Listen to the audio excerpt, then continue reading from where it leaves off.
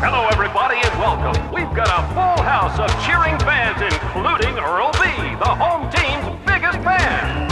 Earl B, he's our man. Earl B, local team's biggest fan. Great day, great game. Thanks to all you fans for coming out, especially Earl B. See you next game, everybody.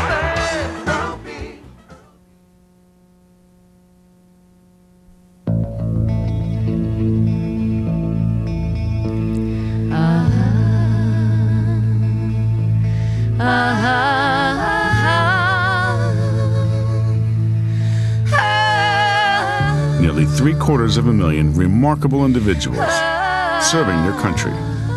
And they all believe they have the best job in the world. Join us, America's Air Force. No one comes close. For the best sports in Lorain, that's TV20, Lorain City Schools Television.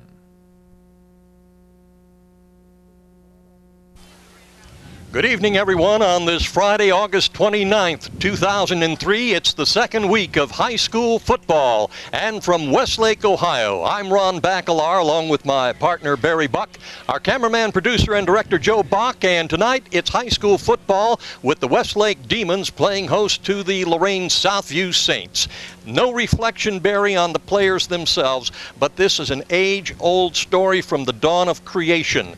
Good versus evil, Saints versus the Demons, and it's going to be interesting to see how the outcome is. Last season, the Demons were 2-8. The Southview Saints had their first winning season in over 2 decades, 6-4. They both were victorious last week. The big thing is the Westlake Demons, Barry, under Coach Ron Johnson, have one-way starters, offense starters, defensive starters, and all the defensive starters from last year are back this year.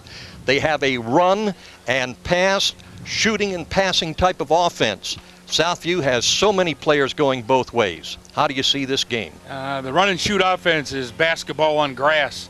I think it's going to be quickness against power. I think we're going to see Southview just give the ball to Derek Harvey, and it's going to be a run and shoot game all night. I think. As far as players going both ways, I have some problems with that. I think some kids are able to play both ways. I don't know if you need 22 starters. It'd be nice to have some that can rest. But Southview played last week with no problem, and I think they'll be all right again this evening. All right, let's take a look at the starting lineup for the Southview Saints, brought to you by the Campana folks, and they are all behind the endowment fund from the Lorain City Schools. Okay, starting at quarterback for the Saints, wearing number 3, 180-pound senior, Ricky Thomas. Wearing number 24, a running back, a 180-pound junior, Derek Harvey. Wearing number 22 at left wing back, a 190-pound junior, Alan Quattlebaum. At the other running back, wearing number 32, a 200-pound senior, John Brown. At wide receiver, wearing number 2, a 165-pound senior, Jeremy Coleman. At the other wide receiver, wearing number 8, a 180-pound senior, Marquel Miller. At center, wearing number 65, 250-pound junior, Rodney Tolson. At left guard, wearing number 52, 200-pound junior, James Asef. The other guard is Brian Joyner, wearing number 50, 230-pound senior. The two tackles, number 55, a 220-pound sophomore, Eddie Hall, and the other offensive tackle wearing number 51, a 195-pound senior, Kyle Ramirez. That's the starting offensive lineup for the Southview Saints, and tonight's starting lineup is brought to you by Campana Development. Campana Development strongly urges you to support the Lorain City Schools Educational Endowment Funds. Since 1982, the endowments have provided more than $400,000 of private funds for educational projects that increase academic achievement. Success for each student each day through community support. To learn more about the Lorain City Schools Educational Endowment Funds, please contact Jim Smith at 233-2239. That's 233-2239. And now the defensive lineup for the Southview Saints. At the defensive ends, number 51, Kyle Ramirez. The other defensive end is number 21, a 190-pound sophomore, Juan Williams. At defensive tackle is James Asef, wearing number 52. The other defensive tackle is number 55, Eddie Hall. The outside linebackers, number 22, Alan Quattlebaum, and number 32, John Brown. The inside linebackers, number 33, a 185-pound junior, Josh White, and number 50, Brian Joyner. The corners are number 2, Jeremy Coleman, and number 24, Derek Harvey. And rounding out the starting 11 defensively for the Southview Saints at free safety, number 8, Marquel Miller. There you have the starters for tonight's game against the Westlake Demons, brought to you by Campana Development. Campana Development strongly urging you to support the Lorain City Schools Educational Endowment Funds. Barry and I will be back with the start of tonight's ball game right after this timeout. Was in another lifetime, one of toil and blood. When blackness was a virtue, the road was. If we do not take responsibility for saving animals from extinction, we allow a part of ourselves to die with them. Help World Wildlife Fund protect animals in the places where they live by ordering a free action kit. Together, we can leave our children a living planet.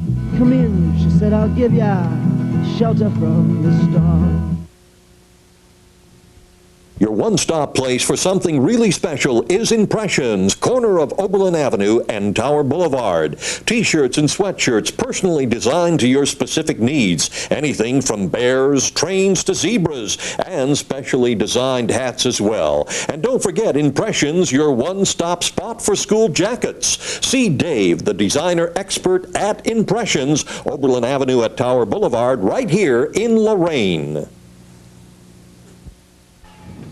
All right, kicking off for the Southview Saints, since the Westlake Demons won the toss of the coin and elected to receive.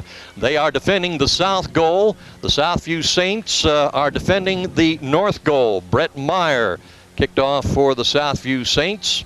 And the Westlake Demons will now take over 1st and 10 on their own 40-yard line with good field position.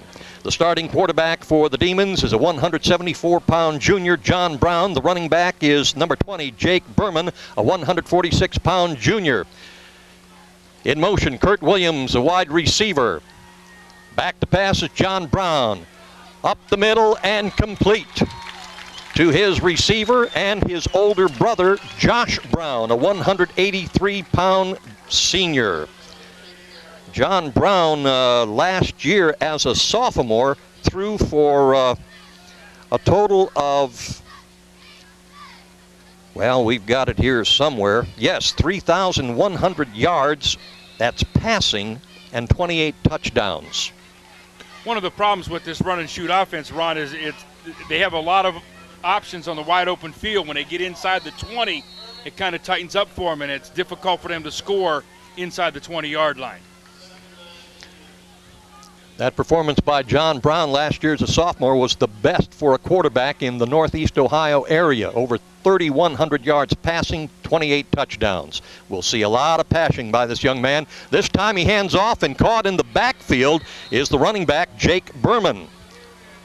Thrown for a loss. It's going to be 3rd down. Making the tackle is Thomas McLeod. Ron, one of the things we're going to have to get used to is standing up. Unlike at the George Daniel, we're not acclimated to the higher altitudes areas here.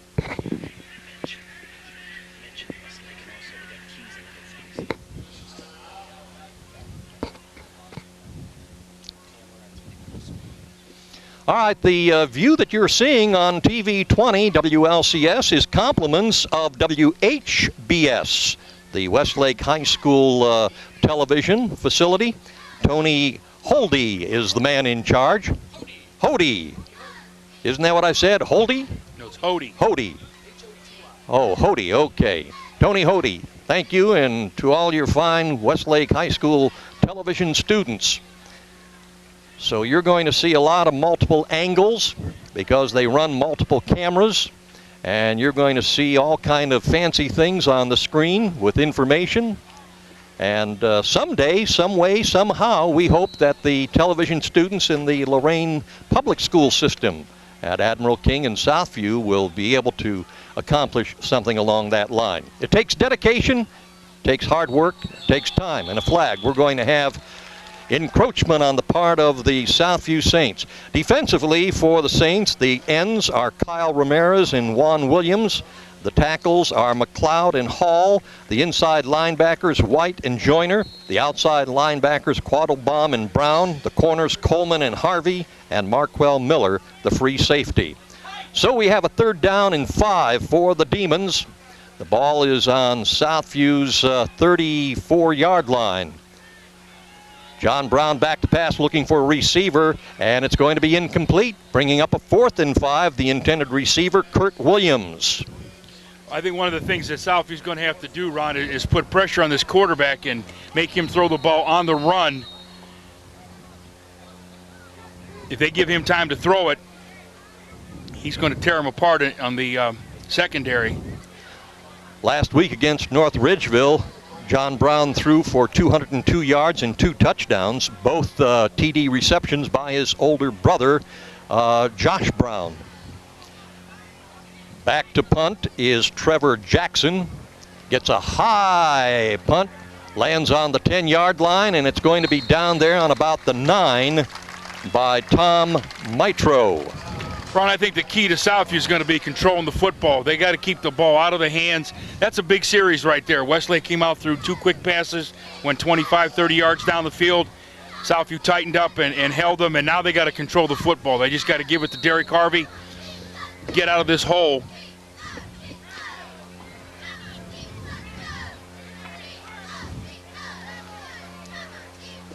Southview now on the march from their 10-yard line. They don't have the field advantage Westlake had to begin with. In motion, Alan Quattlebaum. And the give is to Derek Harvey. Harvey gets the ball across the 10-yard line before being tackled by Brian Gilbert. Defensively for the Demons, the 2 defensive tackles are Sean Campbell, a 253-pound junior, and Craig Acker, a 227-pound sophomore. The defensive ends are Brad Tomasak, a 195-pound junior, and Dan McCallum, a 205-pound senior. On a 2nd down and 7. Marquel Miller in motion. The pass is up the middle. And it's complete to John Brown. Brown up to about the 19-yard line. It will be close for 1st down. And our producer-director, Joe Bach, said it's a 1st down, and you know he called him last year, Barry. Yes, he did. He's pretty Tackle good. made by Sean Campbell. We got a different angle this week, though. We'll have to see how accurate he is now. He's not on his home turf. Yeah, he's got multiple camera advantages, I'm sure. One of the things that the people might notice on TV eventually when we show the scoreboard is how much closer to the field it is. Now, I was down on the field earlier, and that's perfect view. You got perfect sight of the scoreboard as Southview's working its way to it. On a 1st and 10 for the Saints. John Brown in motion. Pitch goes back to Derek Harvey. Harvey around the far side, gets up to the 25 and is going to be pushed out of bounds on about the 27. Ron, again, this is exactly what Southview needs. Not only does it pushing the ball back out toward where they can get pretty decent field position, but it's eating the clock up, and they're getting 5, 6, 7 yards at a time, and that's what they need to do. All right, the inside linebackers for Westlake are number 44, B.J. Travers, a 228-pound junior, and Dan Ritchie, a 178-pound senior. Outside linebackers, Dante Marinucci, a 182-pound junior, and Aaron Hoffman, a 171-pound sophomore. Through the right side of the line, the Southview Saints trying to pick up that 1st down. Not enough. It'll be 3rd down. 3rd down and about 1.5 yards. Got to get up close to the 30-yard line. The 2 corners for Westlake are Nick Kreitzberg, a 150-pound senior. Chase Reagan, a 142-pound junior. And the safety is Tyler Smith, a 169-pound senior. Quattlebaum in motion. The pitch comes back to Derek Harvey. Harvey to the 30. He's got the first down and brought down on about the 32-yard line. In on the tackle for the Demons, Tyler Smith, along with Dan Ritchie. 1st and 10. We are in the early moments of the first quarter. 7 minutes and 46 seconds remaining. There is no score in the ball game. Eventually, Ron, Westlake's going to have to do something to try to stop this run, and then that'll open up the short passing game that Southview was so successful with last week against Elyria Catholic. We indicated that John Brown, the Westlake quarterback, threw for 2 touchdowns. So did Southview's quarterback last week, Ricky Thomas. Threw for 2 TDs to his wide receivers, Jeremy Coleman and Marquel Miller. Both of them 7-yard passes. Throwing the ball on first down and not a real safe pass now puts the Saints in a hole. They only have 2 downs to get the 10 yards. If you're going to throw the ball on first down, throw a pass you know you got a pretty good chance of completing, or go for the touchdown. That ball wasn't anywhere near the receiver, so we got to see what they're going to do here now. Look for maybe a counter. They haven't tried anything off power yet. Brown in motion. And there's a completed pass, and what is going to amount to a touchdown. Marquel Miller to the 20, the 15, the 10, the 5. He's in the end zone. Touchdown. And you were saying? I say throw the ball if you got to. The Southview Saints get on the scoreboard first with 7 minutes, 17 seconds remaining in the quarter. That was a good read by Ricky. They had 2 receivers. They had 1 in the flat, 1 going straight down the center of the field.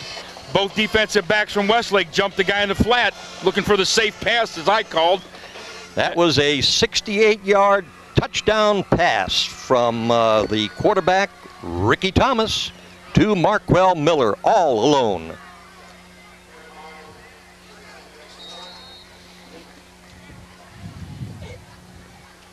On the extra point try, Jared Schulich, the long snapper, ball is down in the air, and it is good.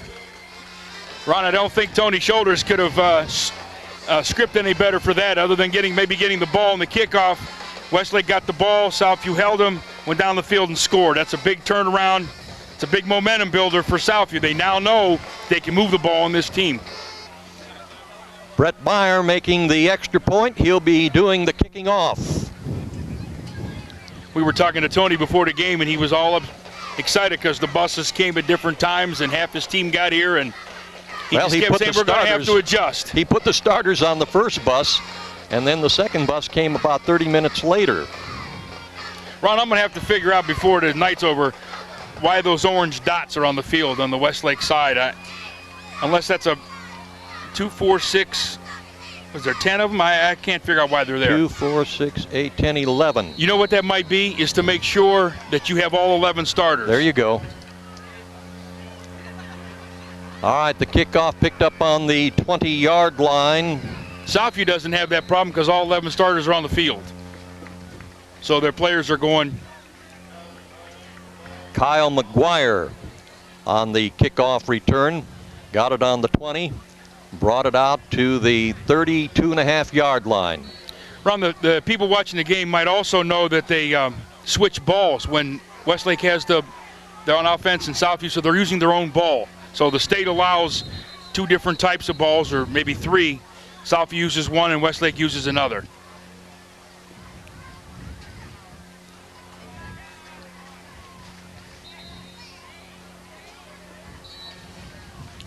This is the 3rd year for Coach Ron Johnson of the Westlake Demons. His first 2 years, the season ended identical, 2-8. They were at the bottom of the Southwest Conference, and here on a running play, big yardage picked up by the Demons. And the ball carrier, Jake Berman. Tackle made by John Brown. The ball is now up to the 46-yard line. You know, Ron, if we're going to have to stand like the guys do on Monday Night Football, we need a telestrator.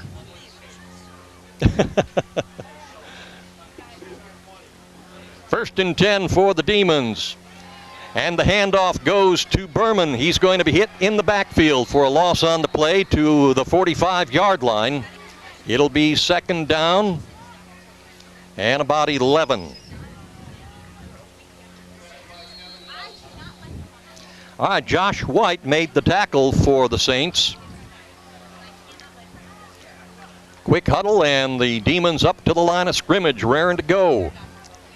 From the shotgun, John Brown looking to pass. And it is broken up in there. The intended receiver was Pat Corrigan. Covering on the play for the Saints, Derek Harvey. Ron, that ball hit Derek Harvey between the 2 and the 4. I don't think he thought it was going to come to him. I think he thought the guy was going to catch it, and it went right through his hands and hit him right in dead in the numbers. He couldn't hit him any better if he had a bullseye on his shirt. Major down for the Demons, 3rd and 11 here in the first quarter. Brown back to pass, looking to pass, still looking, coming to the near side, and it's broken up. The intended receiver, Josh Brown, his brother, covering on the play for the Saints, Jeremy Coleman. You know, Ron, probably one of the people that gets overlooked in this run and shoot offense is the center. This young man's got to snap the ball every time in the shotgun and get the ball back there and then block the defender. So he's a very important part of that offense. And more often than not, from the shotgun, that center is not looking between his legs to see where that quarterback is. He's got to have a good feel for that. He may look back like now in the punting situation. And punting for the Demons, Trevor Jackson. It's taken on the 16-yard line by Jeremy Coleman. Coleman breaks away from the tackle, gets across the 35. It's a nice better spin field move. position this time around. And the tackle made by Pat Mullen. Well, Ron, one of the advantages then of the two-platoon system is that kid's got 2.5 hours a night to snap that football. And the quarterback, they don't play any defense, so they just practice offense the whole time. 1st and 10 for the Southview Saints on their own 36-yard line with 6:02 remaining in the first quarter. The Saints on top, 7-0.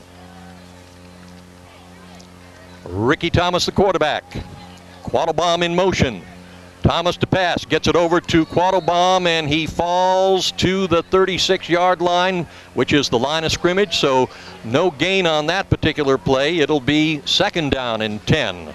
That's a pass, Ron. If you're going to throw that swing pass, you got to throw it up where he can catch it on the run rather than have to dive for it. Yes.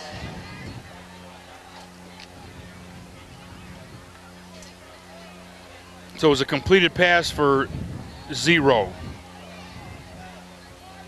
Again, I think what Southview's trying to do is to spread Westlake's defense out so they can run the ball a little better. John Brown in motion to the far side. Pitch goes back to Derek Harvey. He's going to be met in the backfield. Making the initial hit is Dan McCallum. Ron, one of the things I noticed is Southview puts a guy in motion and Westlake doesn't adjust to it at all. They don't move down, they don't move anybody to adjust for that person in motion. So Southview needs to take advantage of that. Loss of about 3 yards on the play. It's going to be 3rd down and 13.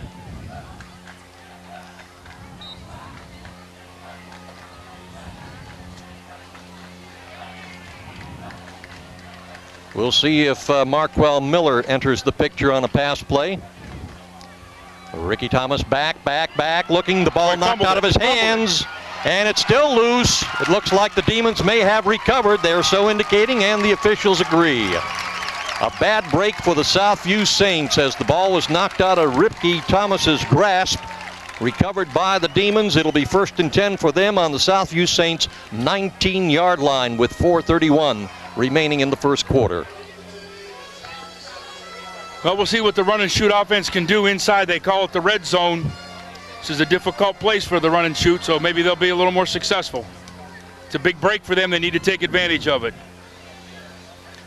Well, we'll see if the Southview defense early in the game can rise to the occasion. The give is right up the middle to the running back, Jake Berman.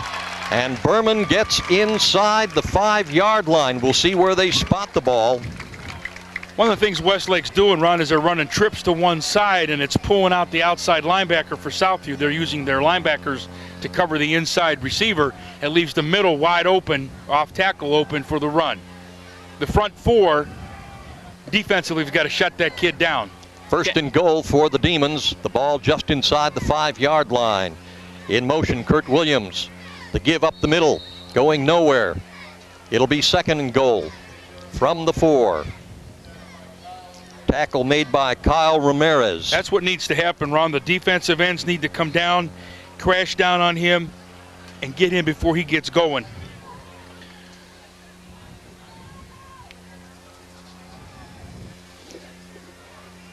On the second and goal from the shotgun. The give again is up the middle and met in the backfield. Jake Berman hit hard by the Southview Saints, Juan Williams. That time I think Southview shot one of their defensive backs.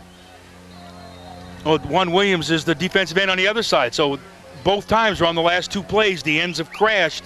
They've sent both their defensive ends, and they've tackled them in the backfield. Loss of a yard on the play. The ball is now on the 5-yard line. It's third and goal. John Brown with the ball, looking into the end zone, all alone, connects with A.J. Tyson. A.J. Tyson with 3:11 left in the first quarter. It's now Southview 7, Westlake 6. Ron, one of the things that Southview has to do is somebody's got to be assigned to that quarterback. He faked that ball, and both linebackers or both defenders stepped toward the ball carrier, left the quarterback wide open. Somebody's got to stay with him the whole time.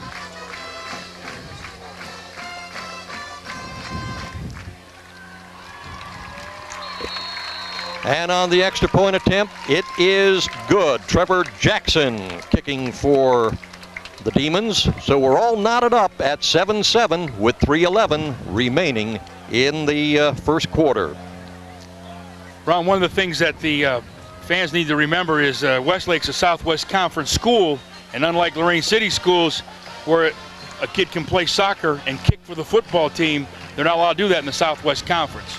So they've got a plethora of kickers on the soccer team, but none of them can come down here and play football. If you remember, that's why that Port kid from Avon Lake quit playing soccer and went to play football.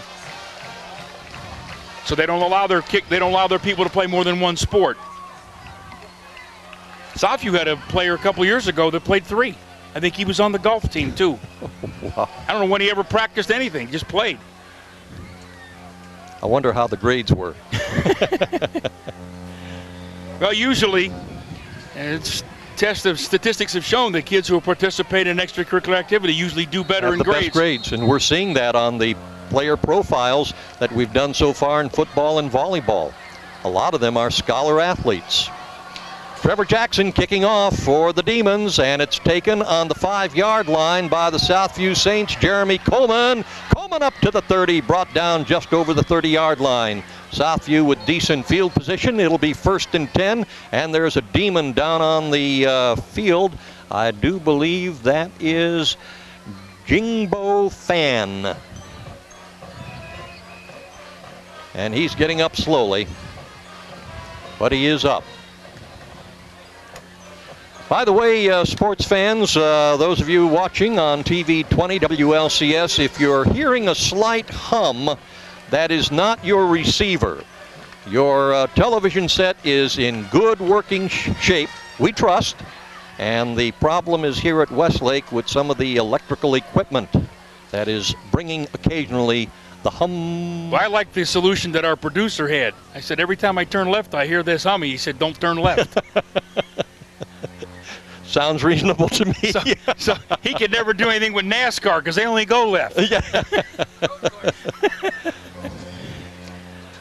Our player was up for Westlake and back down again. They are tending to him.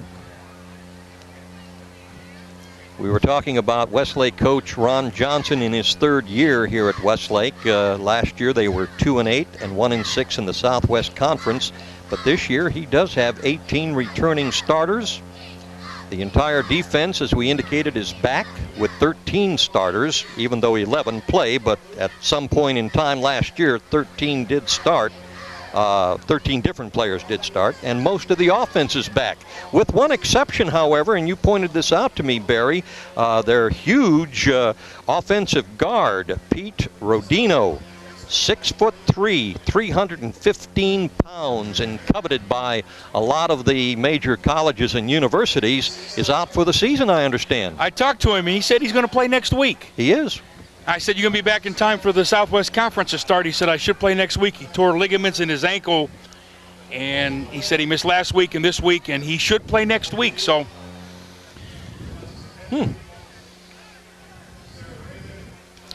Well, next week, the Westlake Demons will be here, home again, against the Midview Middies. That will be their third independent game. Southview, meanwhile, will be traveling once again. They'll be heading to Huron. So next week, Friday, which will be the first Friday in September, WLCS TV20, yours truly, Barry Buck, Joe Bach, we will be at George Daniels Stadium. And we will have the Lorain Admiral King Admirals for the first time this season going against the Parma Redmen. And we thought at first that that was going to be an LEL game. I understand Parma is now in the Pioneer Conference. that is correct. As is Elyria, which the Admiral King Admirals are playing tonight in Elyria. So there's no lights this weekend at George Daniels Stadium. I asked our athletic director why that was, and he said that because when Elyria switched, they didn't have enough home games, and so we graciously agreed to play 2 years in a row at Elyria so that Elyria would have a balance of home games and not away games.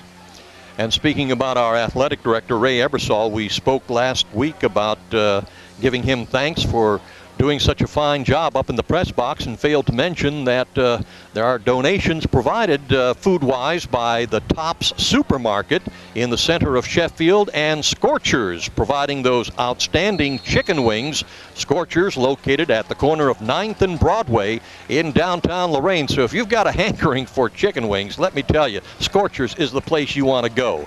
And for your supermarket shopping, consider Tops. It's Derek Harvey looking for running room. Can't find it. Still on his feet. Finally brought down on about the 29-yard line. And that's going to be a loss of about 3 yards on the play. Nick Kreitzberg making the tackle for the Westlake Demons. You know, Scorchers, they put the game on the TV as soon as it comes on.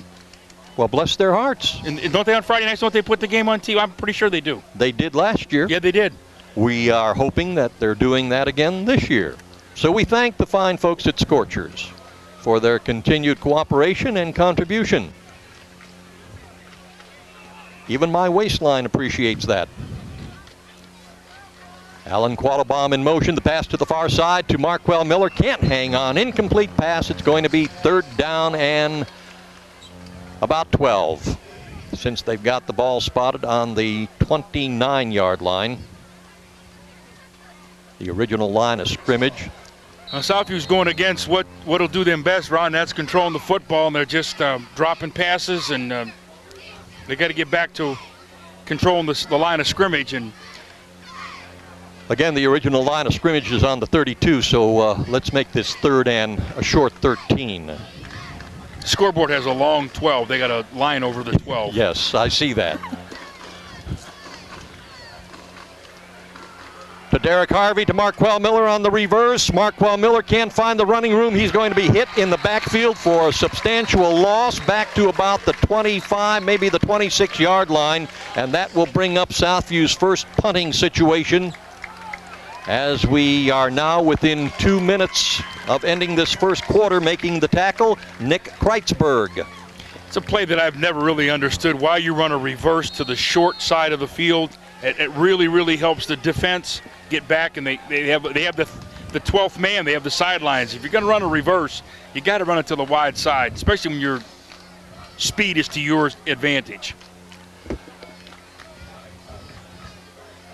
Nick Kreitzberg is back to receive the punt, standing on his 40-yard line. And it's going to take a Westlake bounce and go out of bounds at about the 50-yard line.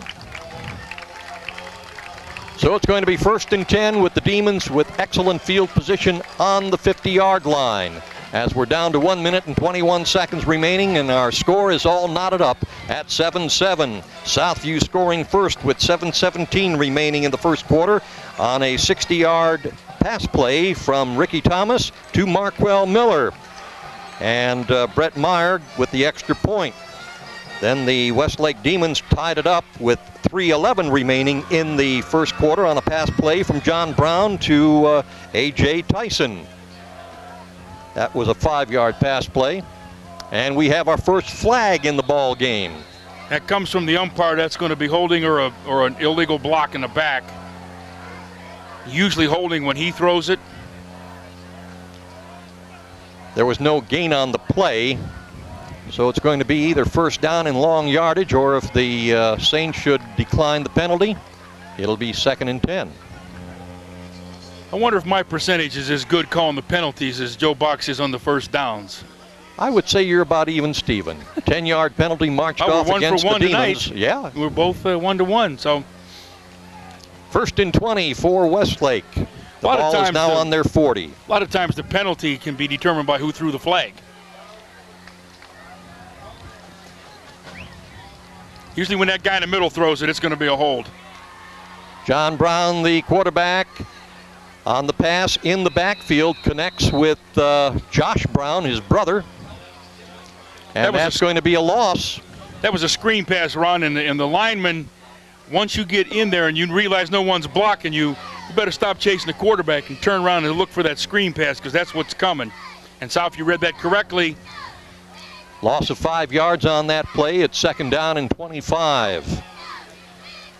From the shotgun, John Brown looking to pass right down the middle, and it's intercepted by Marquel Miller. Miller to the 45, the 50. He's in Westlake territory to the 40, brought down on about the 39-yard line. A break for the Saints. Ron, that's the free safety, and I think all Marquel Miller was doing was watching the quarterback's eyes, and he led him right to the football, threw it there, and he just came across and picked it off. 25 seconds remaining in the first quarter. Southview 1st and 10 on the Demons' 39-yard line. All you do is tell your free safety to play center field, and when the ball's hit like a pop fly, go get it. And that's what Marquel Miller did. He's got enough speed, enough athletic ability to get there and pick it off. This is just what the Saints needed. Southview's version of Kenny Lofton. Kenny looks pretty good in the Chicago Cubs uniform right now. Yes, sirree. Ricky Thomas, and that one batted. The intended receiver for Southview, number 84, Paul Shedron, now in the lineup for the Southview Saints, a 165-pound junior. Paul Shedron.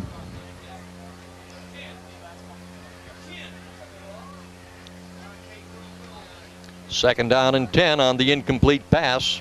Well, Ron, if you're a college football fan, you sure needed fresh batteries in your remote last night. There were 3 college games on, and then Ohio State tomorrow night. In the shoe. John Brown in motion. Passes to the near side to Jeremy Coleman. He slips, but gets to about the 33-yard line. You know, there was a major upset in college football last night. Northern Illinois beat Maryland. And I believe that quarterback from Northern Illinois is from Mansfield-Madison. And that's the end of the first quarter of play, and the score is 7 for Westlake, 7 for the Southview Saints. We'll be back with the start of the second quarter right after this timeout.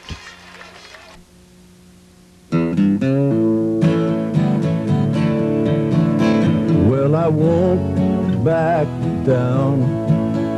No, I won't back down. You can stand me up at the gates of hell, but I won't back down. And I won't back down.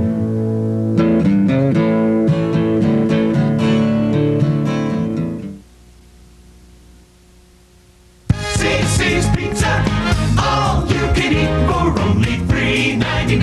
CC's Buffet has 16 kinds of great tasting pizza, pasta, salad, and desserts, all you can eat for only $3.99. And CC's was voted #1 for overall customer satisfaction. Best buffet that you can find, lunch and dinner anytime. Let's go to CC's Pizza. Great taste at a great price. All right, second quarter action. Southview Saints with a 3rd down and about 4, and that one was either trapped or intercepted.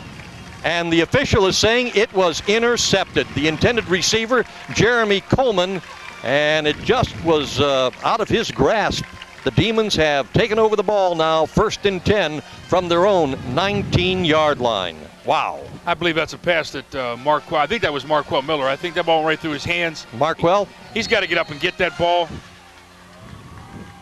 And he has the ability to jump. Yeah. We know that. We've seen it in the past, not only on the football field, but we've seen it on the basketball court.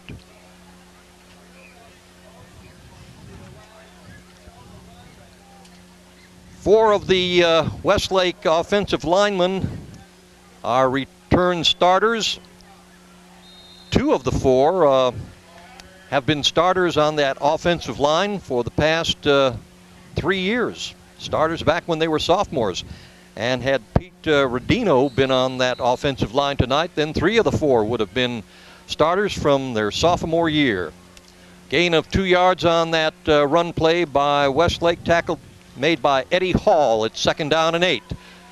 John Brown back to pass, looking for a receiver, connects, and it is on the reception. Steve Barrett now in the lineup for Westlake. Steve Barrett.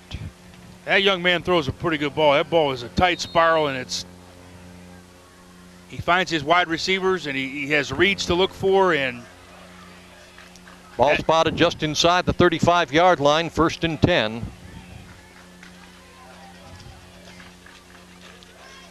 Barrett in motion, and the handoff goes to the running back, Jake Berman.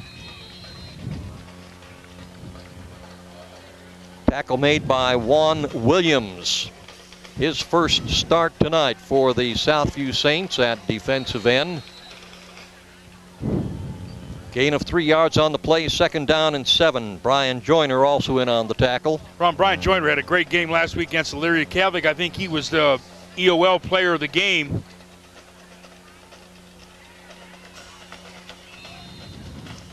Incomplete pass by John Brown as he was being chased by Southview's Kyle Ramirez, and Kyle kind of limping after the play. Southview calling a timeout on the field. One of the things with Southview, if they lose a player to an injury round, they lose 2 players. That's right, because all but two go both ways. The only 2 who are playing, and that's defensively, are inside linebacker Josh White, who is also the punter for Southview, and Juan Williams, as we indicated, who is starting tonight for the first time. All the other players are going both ways. Well, there's a couple of obviously offensive players that are not playing defense.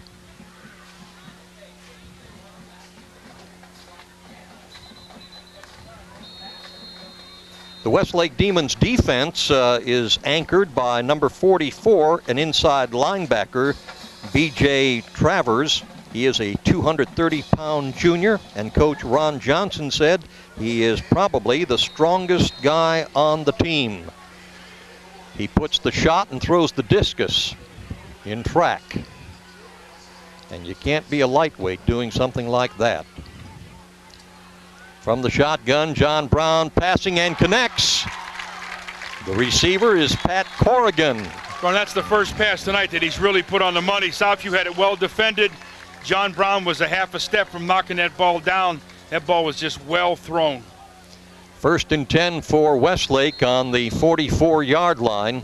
Southview's 44. Again, Ron, Southview has got to put pressure on this young man. If he has time to stand back there, that run and shoot offense will just tear him up.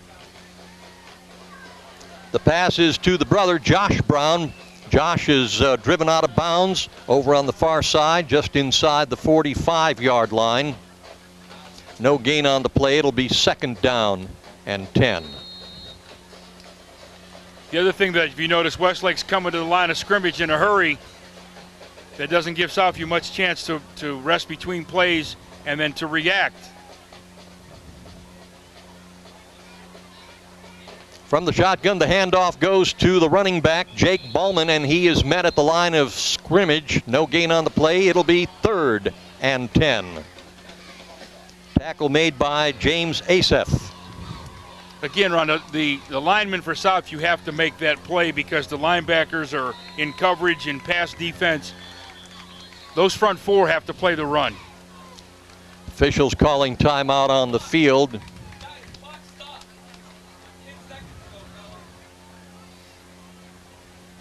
Nine minutes, 17 seconds remaining in the second quarter.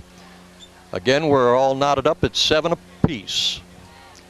3rd and 10, a big play for Westlake from the shotgun. John Brown looking to pass, throws, and the intended receiver on the incomplete pass, Pat Corrigan. That brings up a 4th and 10. That's a big series for Southview, turning the ball over and giving Westlake a couple first downs. All right, a good break for the Southview defense. If Southview's going to have to get a rest tonight, Ron, it's going to have to be on offense. Marquel Miller and Jeremy Coleman, the deep receivers on the punt, standing back on their 10-yard line. Trevor Jackson punting for Westlake. And a high punt goes out of bounds somewhere between the 15 and the 20. They'll spot it on about the 17-yard line, where it's going to be 1st and 10 for Southview with 8:59 remaining in the second quarter. Last week against the Elyria Catholic Panthers, a game won by Southview 14-3. They had a total of 247 yards, 152 passing, 152 rushing, 95 passing, with 15 first downs, 9 by rushing, 3 by passing, and 3 on penalties. The Saints have 10 returning lettermen, 38 players on the squad. You could see the difference here at Westlake, quite a few more. Pass intended for Marquel Miller was batted down at the line of scrimmage, incomplete, 2nd down and 10. Ron, last week we had a difficult time picking the CC's player of the game, and I think it's even going to be harder tonight because no one is stepping up and trying to win that honor. And speaking of CC's, we certainly do thank them for making that possible. The player of the game tonight will be from Southview. We'll get 3 free passes. Two. You mean the third one's going to you, Joe Bach? No. 2 free passes. I tried to get a free pass tonight for announcer of the week, but I couldn't get it. Hey, listen, folks, if you haven't tried CC's Pizza Buffet yet, and they're located there on Cooper Foster Park Road across from the Amherst Plaza, right there where the Sears Hardware is located. Used to be in a video store. You've got to go there, especially if you like pizza. Man, they got a multitude to choose from. And then when you're through eating all that pizza, you try that apple pie pizza for dessert. Ron. I tried it. And good. Yeah, you got to stay away from that. That's especially if you're dieting, right? That could hurt you. Yeah, oh yeah. Did you try the cinnamon with the icing? I did just the apple. That's something else too. Oh, I have to admit, I had one of the brownie ones too. So brownies are good. Yeah. I might just skip the pizza next time and go salad to dessert. That wouldn't be a bad idea. Or dessert and dessert. Anyway, incomplete pass on that 2nd down, so it's 3rd and 10 for the Southview Saints. Ricky Thomas now pitches off and breaking away from one tackle, but being brought down after maybe a gain of a yard at best, which will bring up a 4th and punting situation. John Brown was the ball carrier.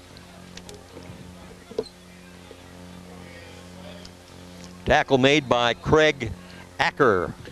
Ron, Westlake's defense has just totally shut down Southview's offense. They're 3 and out.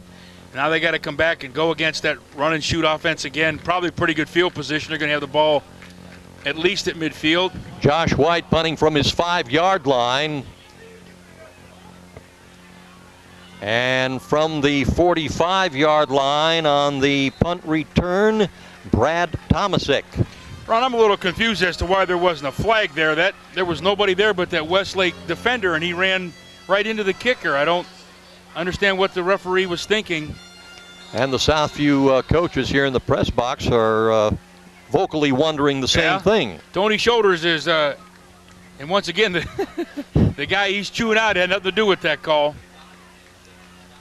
I would have a question I would be right with Tony as to why that wasn't a penalty. From the 42.5-yard line, 1st and 10 for Westlake. They're in Southview territory. In motion, Josh Brown, and the pass on the far side, complete. The ball will be inside the 20, making the reception on that play, Kurt Williams, a 186-pound senior. Tackle made by Jeremy Coleman. The ball just inside the 20, 1st and 10. With 8 minutes now remaining, clock continues to run.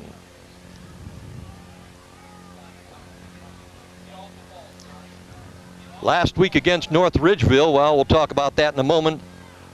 John Brown, incomplete. The intended receiver here on the near side, Pat Corrigan. That'll bring up a 2nd and 10. But last week against North Ridgeville, Westlake had a total of 415 yards offense, 143 rushing, 272 passing, with 18 first downs, 6 by rushing, 10 by passing, and 2 by penalty.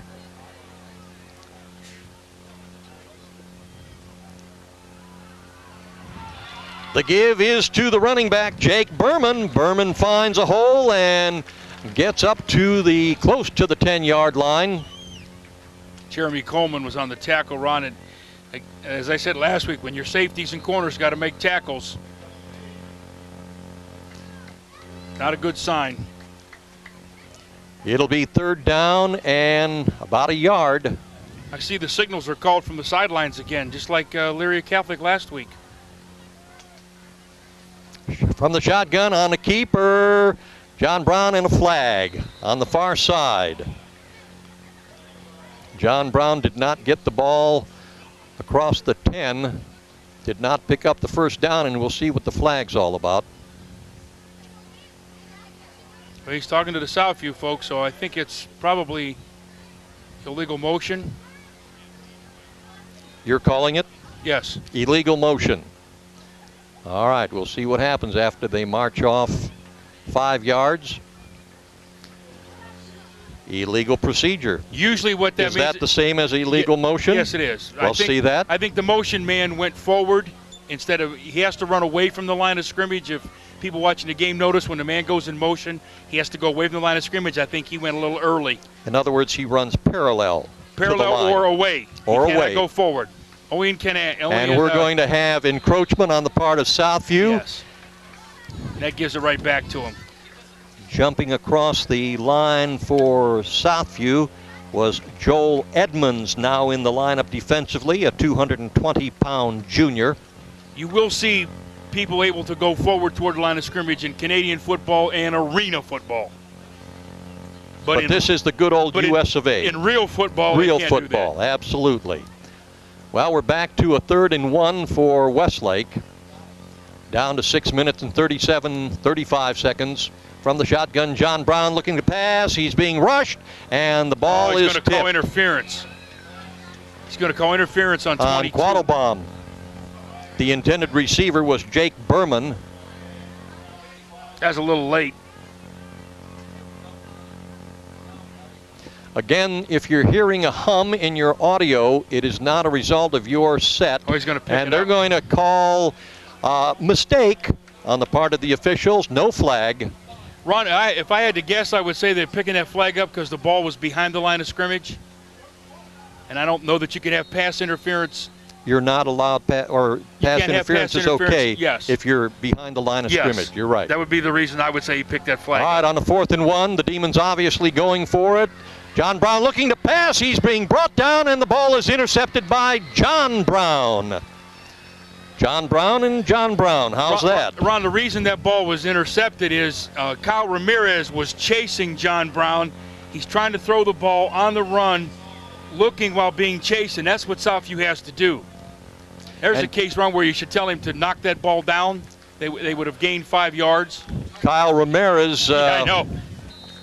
Is hobbling again. He was hobbling a few plays earlier, and he kind of hobbled off the field. We certainly hope that he's going to be okay because he is an integral part of that Southview defense. And he plays offensive tackle, so here you lose 2 players. Southview needs a drive. I think there are players short right now.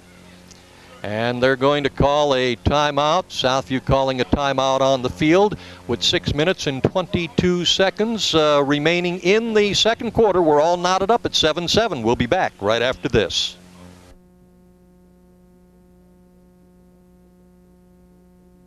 Since 1921, your hometown financial professionals at First Federal Savings of Lorain have dedicated themselves to meeting the financial needs of their customers and surrounding communities. They offer a wide variety of financial investments as well as home mortgages to meet your every need. Loans on boats, cars, mobile homes, and other worthwhile purchases are also available. Whatever your financial need, First Federal Savings of Lorain is ready to help. 7 convenient locations to serve you in Lorain, Huron, Sandusky, Port Clinton, and now at 36690 Detroit Road in Avon. First Federal Savings of Lorain is an equal housing lender and FDIC insured.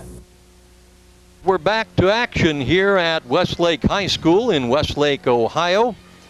We are in the second quarter with 5:45 remaining. Score is tied 7-7. Southview now with a second down situation. One play while we were gone.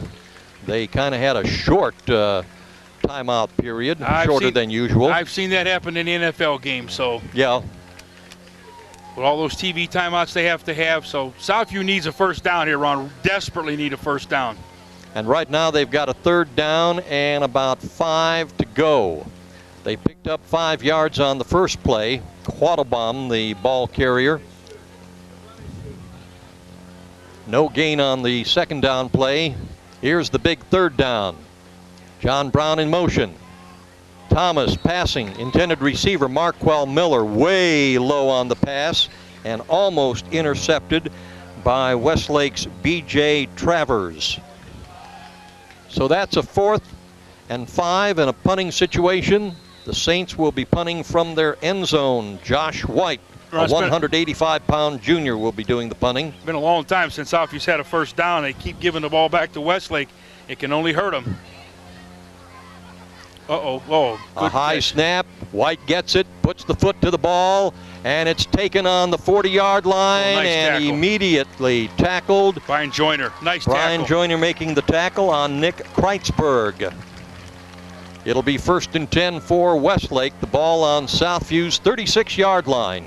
Well, Ron, the Southview offense is kind of stalled. I think their defense is going to have to step up, and they're going to have to make a play here. They need the ball back.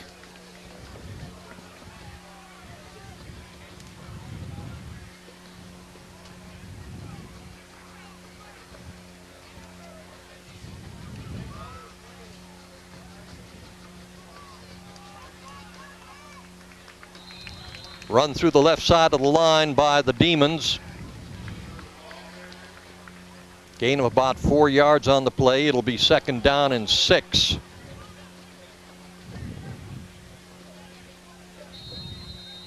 Tackle made by James Asif. Ron Williams, for his first game, has played a pretty good football game on the defensive end side. He's been around the football quite a bit this evening. The handoff is to the running back, Berman. Berman gets the ball inside the 25-yard line, or up to the 25. It'll be 1st and 10 for Westlake. Tackle again by Brian Joyner. He's starting to step up his game a little bit and become actively involved.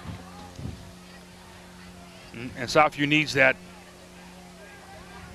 desperately at this point. They're just playing on their heels. Handoff this time is to Josh Brown, and a flag back on the 28-yard line. That's going to be against Westlake. He got a hold. That was right in front of the official. He saw him holding Kyle Ramirez as the kid made the cutback.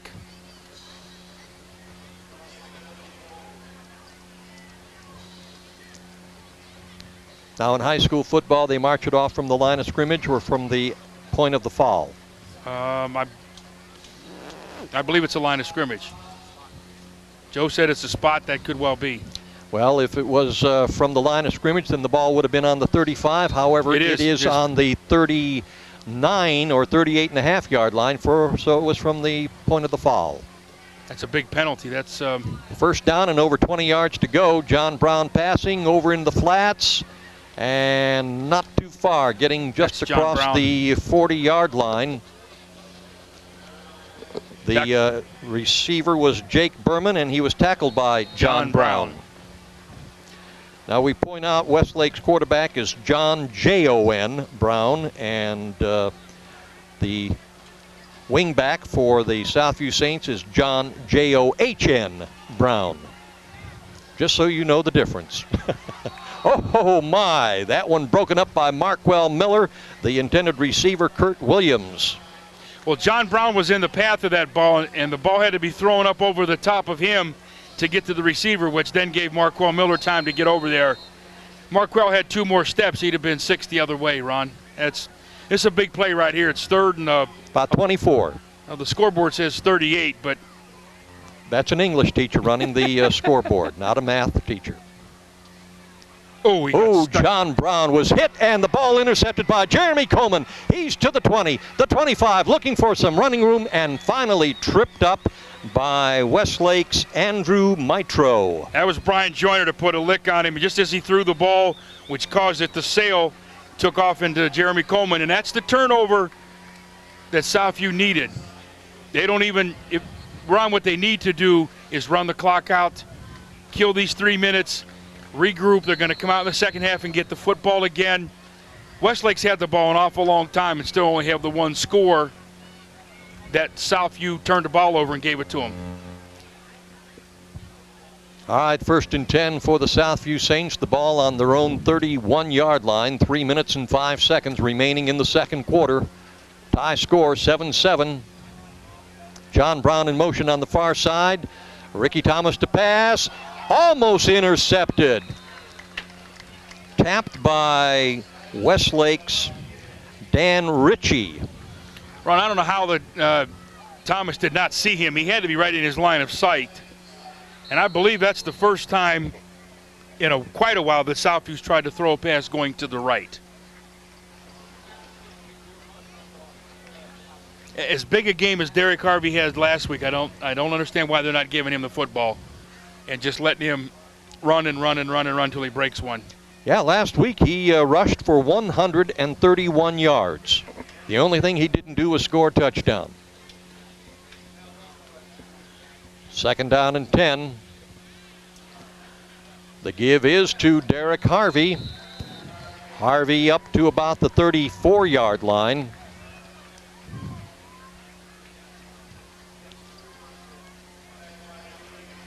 Gain of 2 yards on the play. It's going to be 3rd down and 8. Again, when this series started, I said one of the things that South needed to do was to get a first down, run the clock out, get to the locker room at 7-7, and they throw a pass, and it's incomplete, stops the clock. They need a first down here. Clock is moving with 2 minutes and 20 seconds remaining in the first half. Jeremy Coleman in motion.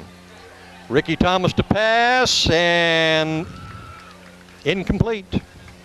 Quattlebaum, I should have said, Alan Quattlebaum in motion. The intended receiver was Quattlebaum. On the incomplete pass, that brings up a 4th and 8 and a punting situation for the Saints. Punting will be Josh White. Josh will be back inside his 20-yard line. The Saints ran 3 plays, Ron, in less than a minute. Didn't get accomplished what they needed to. And the ball gets away from John Brown. He dropped it. That's Josh White. All right, Josh White. He dropped the snap and then tried to pick it up and run with it and fumbled it. And Westlake's recovered. And they've got plenty of time with 2 minutes and 5 seconds remaining. They'll have the ball now, 1st and 10 on Southview's 28.5-yard line. You know, without the turnovers, Ron, the run and shoot offense has not been very successful, even though they're throwing the ball over the field. The run and shoot, and then now they've got the ball inside the 30, second time on a turnover. Brown back to pass, looking for a receiver, being chased, gets away from one tackler, now throws into the end zone, and it's complete. Touchdown on the reception. Well, you see, Ron, both defenders saw him start to run, and they thought he was going to cross the line of scrimmage. You got to let him go. He's 25 yards away from you. You got to stay with your man until he definitely crosses the line of scrimmage. Steve Barrett on the reception. 2 turnovers, 2 scores. Ron, give the ball both times inside the 30. On the try for the extra point, Trevor Jackson. And there's a flag. Southview was offside, I believe. Half the distance to the goal. If that be the case, we'll see if Westlake will choose for 2 or continue for the extra point.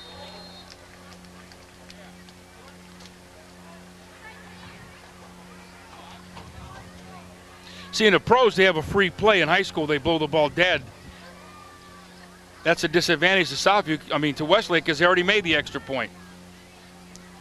They made it and anyway, the extra point is good. So with 1 minute and 57 seconds remaining in the second quarter of play, it's now Westlake taking the lead 14 to Southview's 7. Looking the scoring over thus far in this first half. Back in the first quarter, Southview was first to get on the board with a Rick Thomas to Marquel Miller pass covering 68 yards with 7:17 remaining. Westlake came back with 3:11 remaining in the first quarter on a 5-yard pass play from John Brown to A.J. Tyson. And the touchdown play you just saw, John Brown to Steve Barrett covering 29 yards with 1 minute and 57 seconds remaining in the second quarter. So we had 2 touchdowns in the first quarter, and this one here in the second quarter. Kicking off, Trevor Jackson for Westlake. Make that Tom Mitro now kicking off. Taken on the 10-yard line by Southview's Marquel Miller. Gets across the 30-yard line.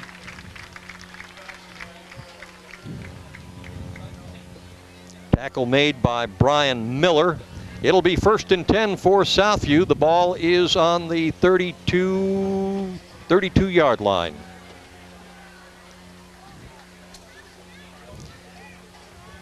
Reminder, stay tuned during the halftime for the Southview Saints marching band.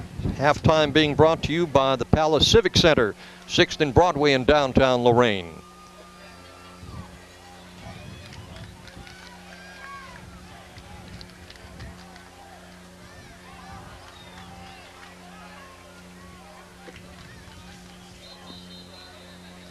Ron, I meant to ask you last week, did you watch the movie on the tornado that was at the Palace the first time it was shown? To be honest with you, I was not at the Palace the first time, and I probably will not be at the Palace the second time because the producer and the director and the videographer and the man who put this all together gave me an advance copy to preview. So I have my own personal copy at home. Thanks for sharing that. You're supposed to buy one. Okay. Tom Koppas did an excellent job. I'm going to do the best I can to get down to see it the second time. I heard the Palace was jam-packed. They had to put up folding chairs. Gain of 2 yards on that first down play. It's now 2nd and 8 for the Saints. The ball is on their own 34-yard line. Ron, I noticed the Westlake cheerleaders have jackets on. It's pretty warm up here. Ricky Thomas to the near side. Marquel Miller breaks away from a tackler, still on his feet, holding on to the ball. Finally is brought down, but his forward motion will take him up close to the 40-yard line. It won't be enough for a first down, depending on where they spot it, just inside the 40. It should be 3rd down and 2. Clock continues to run. We are under a minute remaining in the first half, down to 50 seconds. Big 3rd down play for the Southview Saints if they want to maintain possession of this ball. Quattlebaum in motion to the far side. A new quarterback in for Southview, and we're going to have a first down. Jeremy Coleman on the reception. Patrick Mcrae now in at quarterback. Patrick Mcrae, a 185-pound sophomore. He was in for one play, Ron. I think I just saw Ricky Thomas come back.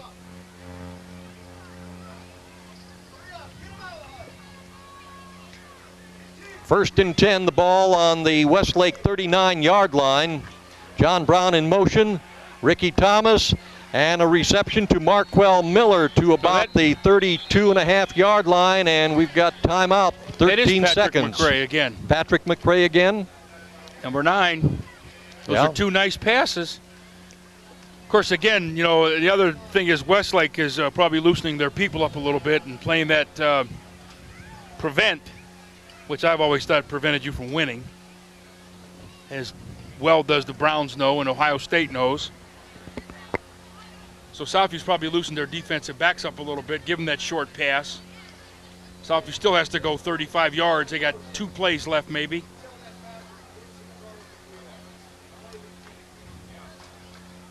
I just heard the Westlake coaches say tell the linebackers to loosen up, back up, so that's what they're doing.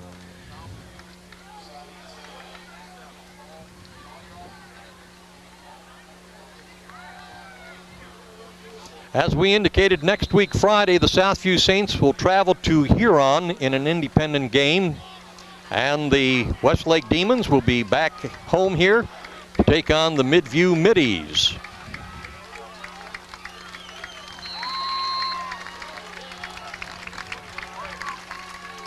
On a 2nd down and 4.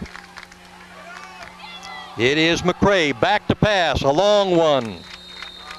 Way beyond the reach of the intended receiver, Jeremy Coleman. He threw that ball into the center of the field, and the receiver was running to the outside 3rd. He's just got to throw that ball out there in the corner where the only person that can catch it is the Southview receiver. 3rd and 5 for Southview. 9 seconds remaining in the quarter.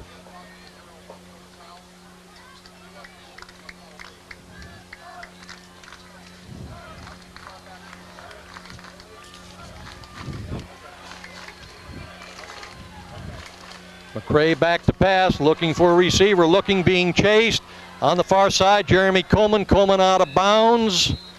And we've got 2 seconds remaining, 1 more play remaining for Southview. Ron, I noticed one thing that Patrick Mcrae does is he gets outside the line and he turns the corner, which puts pressure on the defense and allows you to see if you're under 6 feet tall, it makes it easier to get away from the big tackles and the big defensive ends to throw the ball. I'd just put this ball up in the air and see if, we lost a second going out of bounds. 1 second remaining. It's 1st and 10 for Southview. This will be without a doubt the last play unless there's a defensive penalty, and the ball is intercepted on the 10-yard line. On the interception for Westlake, Tyler Smith, and he is brought down, and that ends the first half with the score, Westlake 14 and Southview 7. And now stay tuned for the Southview High School Marching Band, brought to you by the Palace Civic Center, 6th and Broadway in downtown Lorain. And we want to point out that the movie this weekend, Saturday, August 30th, and Sunday, August 31st, is movie Tomb Raider, The Cradle of Life. It'll be on at 4 o'clock and again at 7 p.m. Saturday and Sunday, August 30th and 31st. Then what Barry was talking about on September 11th, that's a Thursday. It's the Black River Historical Society presenting one Saturday afternoon, The Tornado of 1924, produced and filmed by Tom Koppas, a former Admiral King High School graduate. Tickets are $3. And don't forget, the Glenn Miller Orchestra comes to the Palace Civic Center on September 16th. Tickets are $22 and $19. That's the Palace Civic Center, 6th and Broadway, downtown Lorain. You can call them at 245-2323, 245-2323 for further information and ticket information.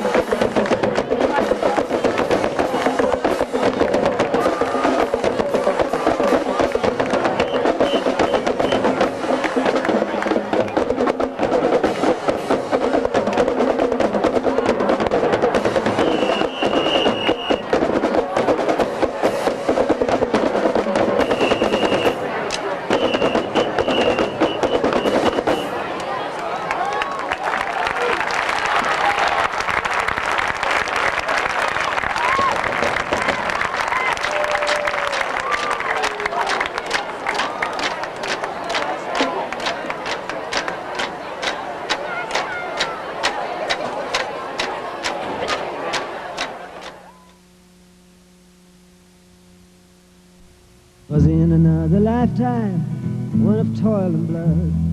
When blackness was a virtue, the road was. If we do not take responsibility for saving animals from extinction, we allow a part of ourselves to die with them.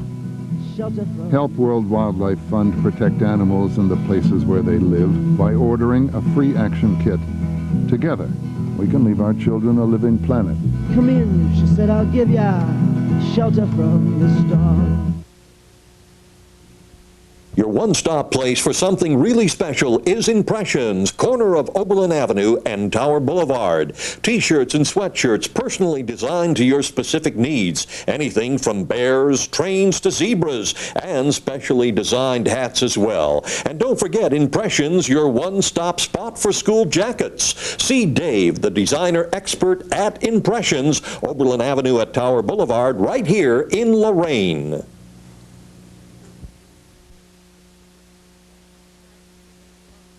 Brought to you by the Palace Civic Center, 6th and Broadway in downtown Lorain. Certainly hope you enjoyed watching and listening to the Lorain Southview High School Marching Band. And just a reminder, at the Palace Civic Center coming up in the month of September, right around the corner, on September 11th, that's a Thursday, the Black River Historical Society will once again present one Saturday afternoon, the Tornado of 1924. Tickets are just $3. So if you didn't have a chance to see it the first time around, and there was standing room only that time, here's your opportunity, or to see it again. Glenn Miller's Orchestra coming to the Palace on September 16th. Tickets are $22 and $19. And looking ahead to October, it's the Legends of TV Comedy, with Ruth Buzzy, Ronnie Shell, Steve Landensberg, and Jack Riley.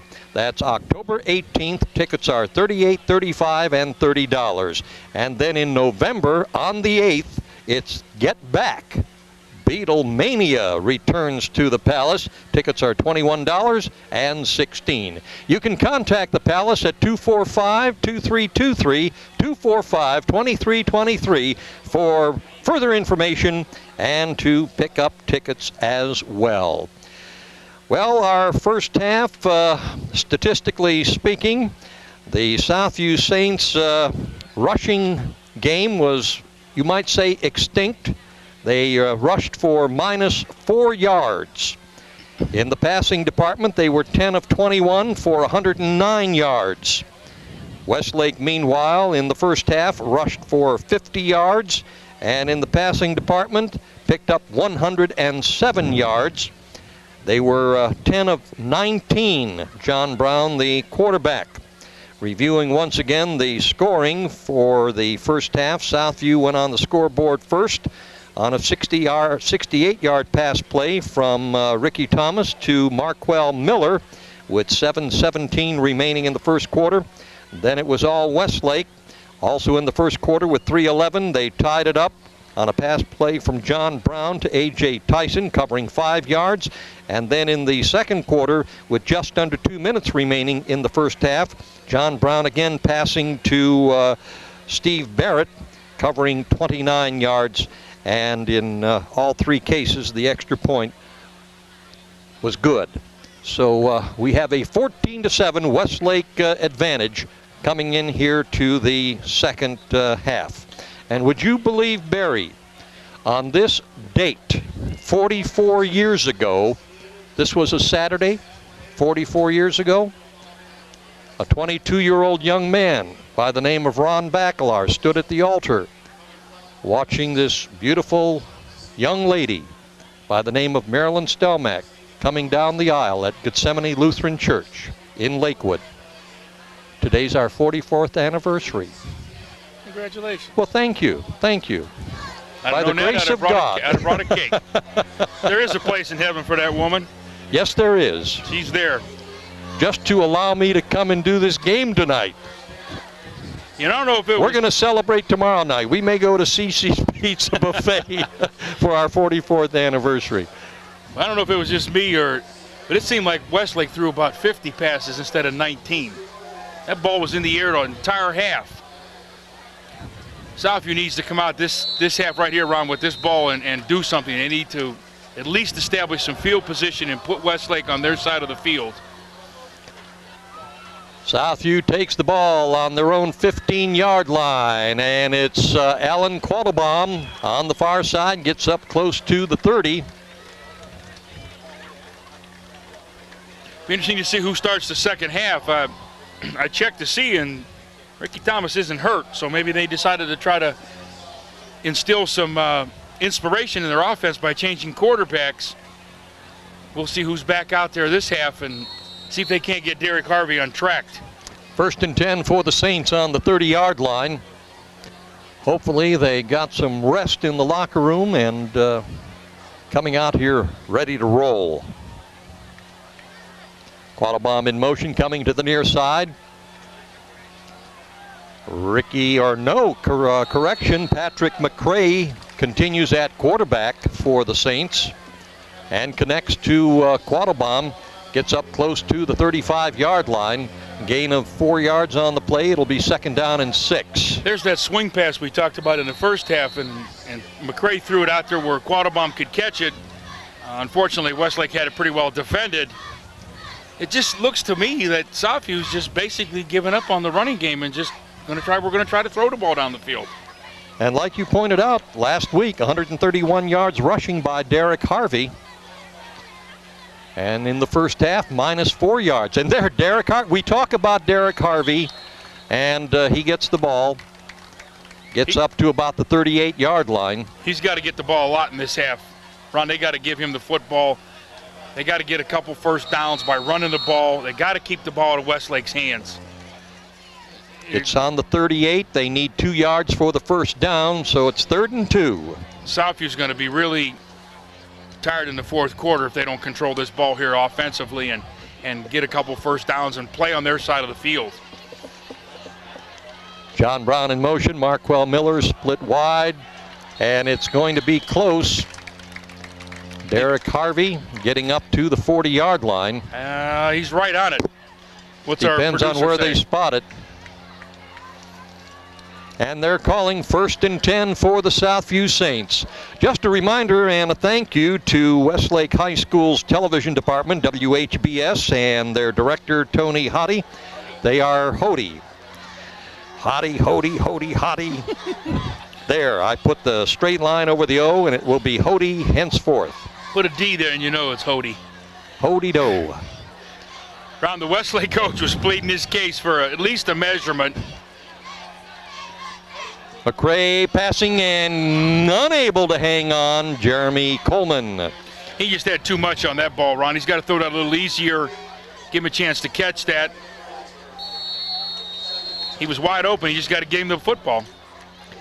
But all the television you are seeing here on TV20, compliments of the Westlake High School television department, WHBS. Their students are running the multiple cameras here at the beautiful Westlake High School Stadium, and it is a gorgeous stadium. 2nd down and 10. The give to Derek Harvey. He's going absolutely nowhere. Right up to the line of scrimmage. It'll be 3rd and 10.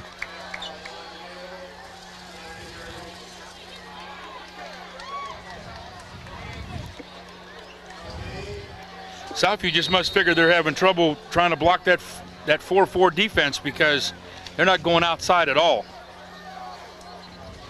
And I would think with Harvey's speed that they would try to get him to turn the corner. Another big down factor for the Southview Saints. 3rd and 10. Brown in motion. And it's complete to Marquel Miller. He's got the first down, and he's going to be brought down from behind as he gets inside the 25-yard line.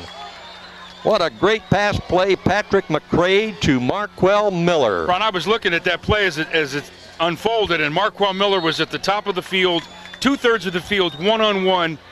And I'm thinking, why don't they just throw the ball out there, let him catch it? And he ran into the middle of the field, and Mcrae threw a nice ball. Now they've got to, this is what they want to do. They want to put the ball on their side of the field.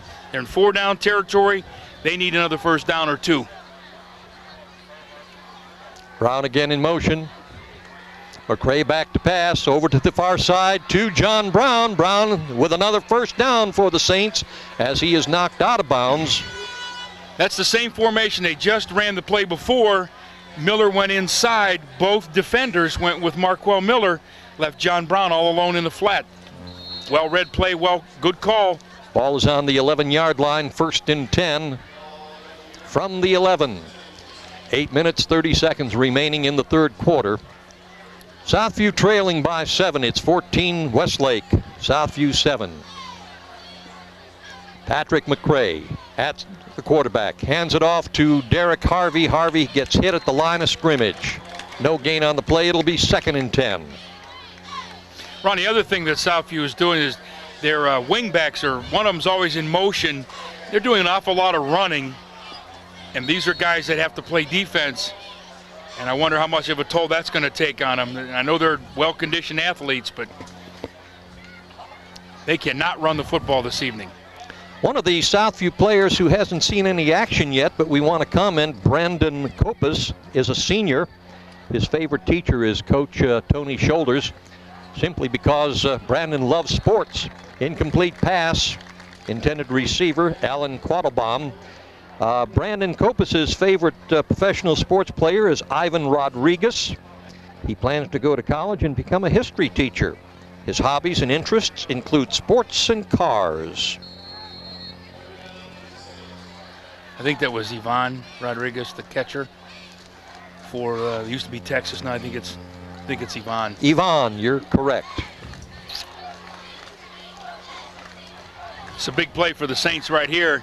They do have 2 downs because I'm sure Tony's not going to kick a field goal.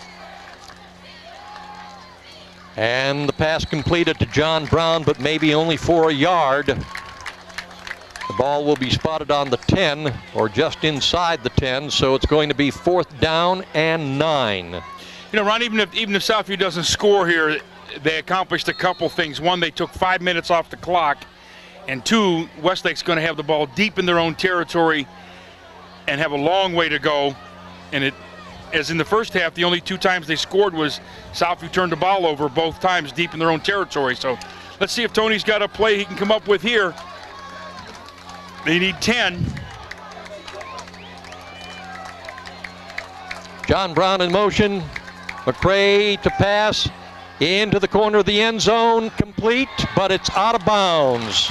The receiver was out of bounds beyond the end zone. That was well defended by Westlake, and Marquel did all he could do. Marquel Miller was the intended receiver. He caught the ball, but he was out of the end zone when he did. Again, they got to try to throw that a little higher, let him get up and get it. They ran out of some real estate there, so Southview needs to hold them and play on their side of the field again. Westlake now takes over 1st and 10, the ball on their own 10-yard line. 6 minutes and 49 seconds remaining in the third quarter.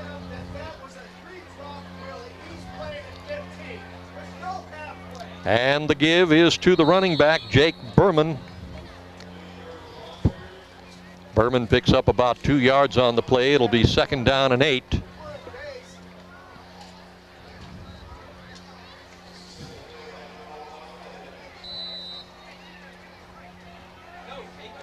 Tackle was Ramirez and Joe Edwards.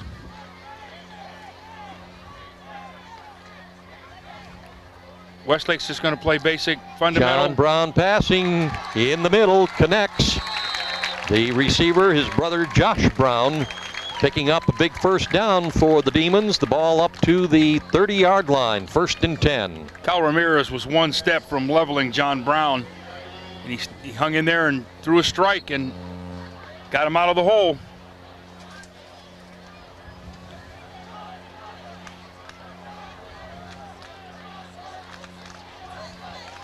The give to Berman, hit in the backfield for a loss on the play. As Brian Joyner stayed home, read it well, the counter, and was right there when the ball carrier came to the middle.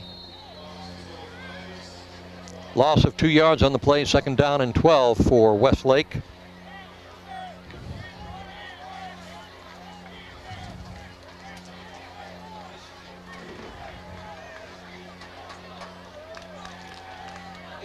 Brown to pass, coming to the near side. Too long for his brother Josh Brown, the intended receiver. Incomplete. It's going to be 3rd down and 12. Ron, again, one of the things that Southview could be having trouble with is Westlake runs 3 receivers to one side, and next time they have 2 on each side with a man in motion. This run and shoot puts people all over the field. This time they got 2 on each side. Brown back to pass again, right up the middle, intercepted by Brian Joyner to the 30, the 25, the 20, and finally brought down on about the 15-yard line. Brian Joyner. That's got to be a thrill for a linebacker. Yeah, the only thing I was concerned about as he was running was he was carrying that ball like he was a halfback and swinging it out there. And I'm thinking, protect it. And we have a Southview Saint down on the field. That's Brian Joyner. I think he's just out of gas. I hope that's the case. He's too valuable of a player. He's just out of gas. Yeah, he's up. That spark plug kicked in. The only problem is now he's got to sit out one play. He's got to be out at least one play, and he's a starting guard. So Ron, Southview has to convert here. They got the ball on the 15-yard line. They just held Westlake. They drove the ball the length of the field, turned it over on downs, got it back on the 15. They have to score here.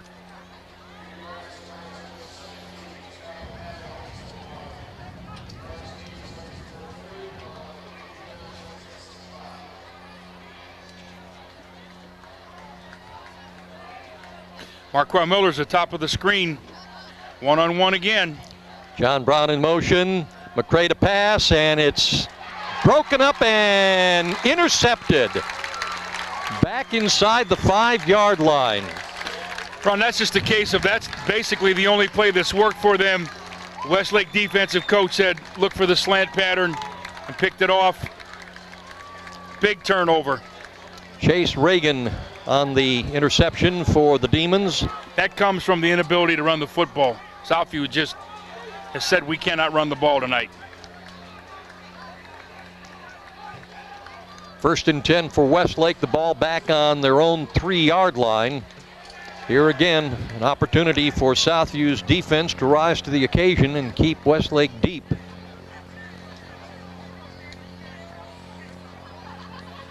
The give is to Berman, and he's hit right at the line of scrimmage. Number 20, the running back, Jake Berman, a 146-pound junior, last week against North Ridgeville, rushed for 138 yards and scored 2 touchdowns. Southview's held him pretty well in check on the... In fact, a loss of about a yard on the play, so we've got a 2nd down and 11, the ball on the 2-yard line. John Brown passing and tackled almost immediately. The receiver on the play, Josh Brown. Tackled by John Brown. John Brown to Josh Brown to John Brown. On the tackle.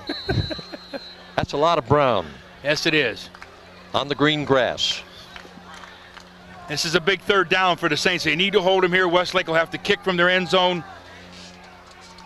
All right, they picked up a yard on that pass play back to the original line of scrimmage. 3rd and 10. They are spread all over the field. John Brown in the end zone looking to pass. Oh, it's been held. Chased. Oh, they got it. Yes, and there is a flag in the end zone. That was... I know in the NFL that's a safety. Juan Williams was certainly held. And Marquel Miller is I don't know limping. if there's a call for that, but that's got to be a tackle. That's not even a hold. Marquel Miller, that is not a good sight to see him hobbling with one foot, his left leg up in the air, coming off the field. The officials are talking to Southview. Holding is the call against Westlake in the end zone. Oh, it is a safety. And it is a safety. It's 2 points and the ball. All right, so Southview goes ahead. Well, they've got 9 points now. And Westlake will have to kick off to the Saints from their 20-yard line. Now, Westlake has the option to kick off or punt. Either one. It is a live ball, even if he chooses to punt it. So Southview will have to cover this. And hopefully the coaches will make sure they are aware of that fact. 4 minutes and 32 seconds remaining in the 3rd quarter. It's 14 Westlake, 9 now for Southview.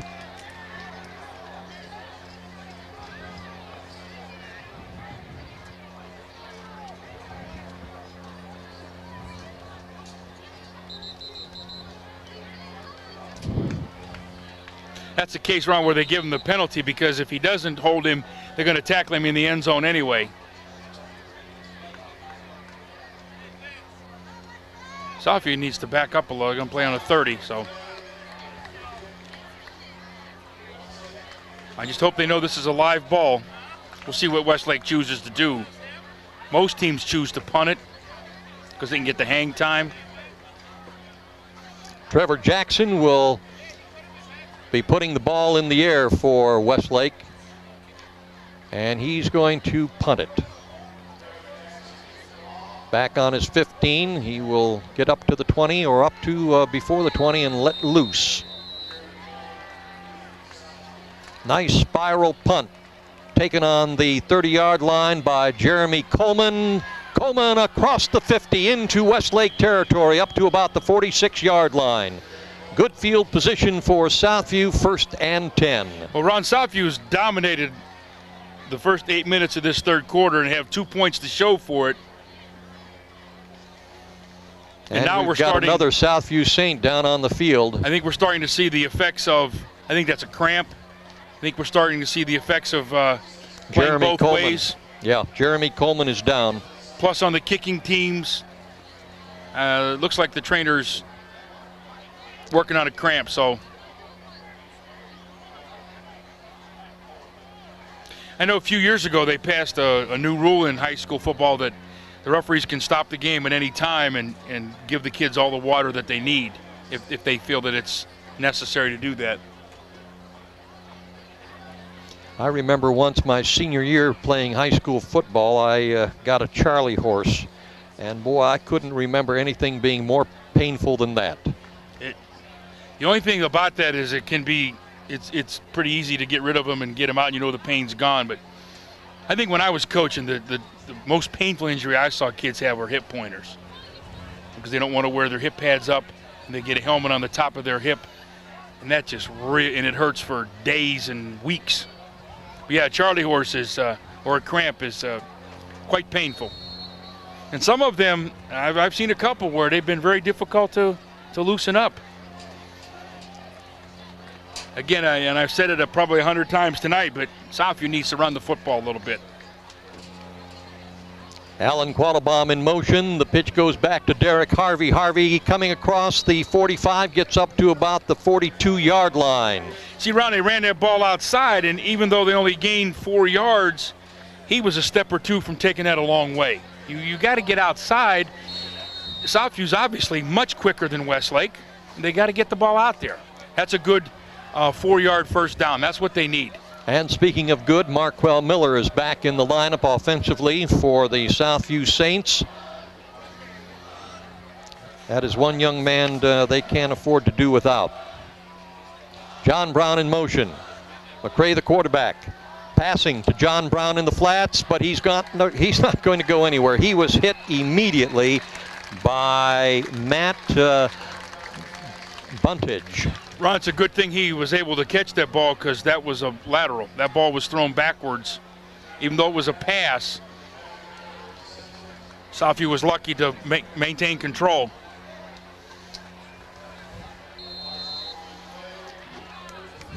Third down and 10 for the Southview Saints. The ball on the 45.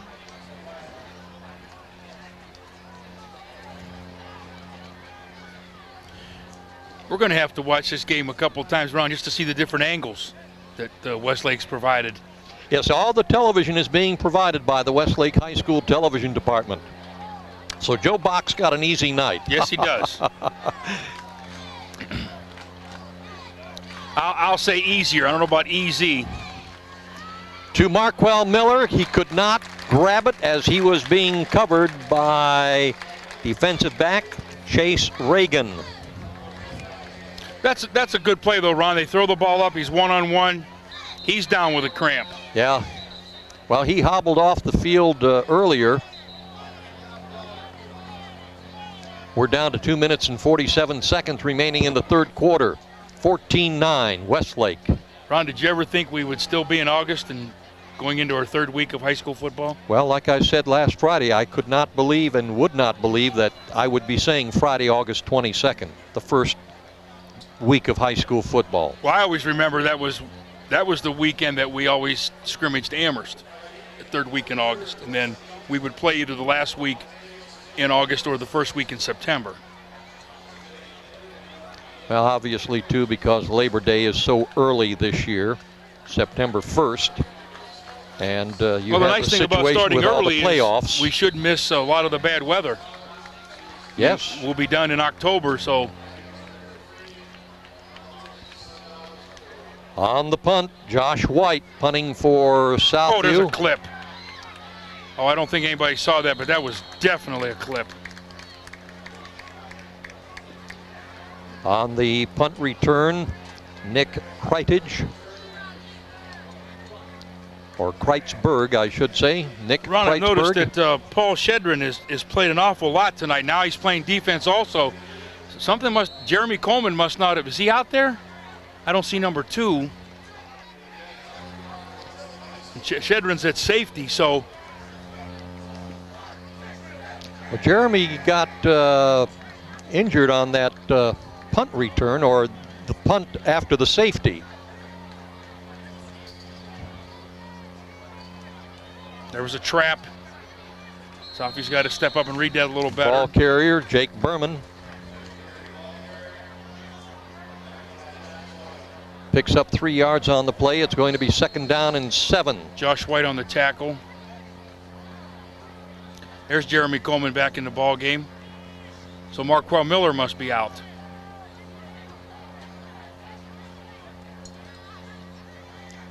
Pass over to the near side to A.J. Tyson.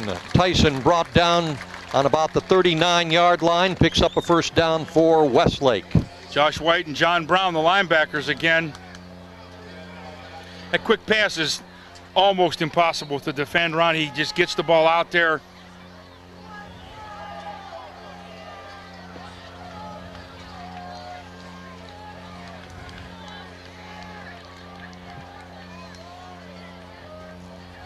See, now they're motioning into trips to this side. The fake give to Berman, and the pass is to A.J. Tyson.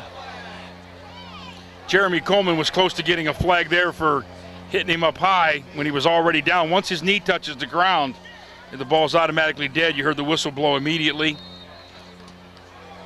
Jeremy Coleman was lucky there. Gain of 5 yards on the play, 2nd down and 5. Ball on the 45-yard line. The give is to Berman. Berman hit initially at the line of scrimmage and then was able to advance up to about the 48.5-yard line. It'll be 3rd down and short yardage for Westlake.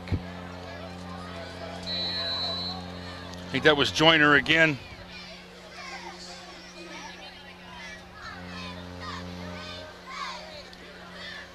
From the 48, 3rd and 1.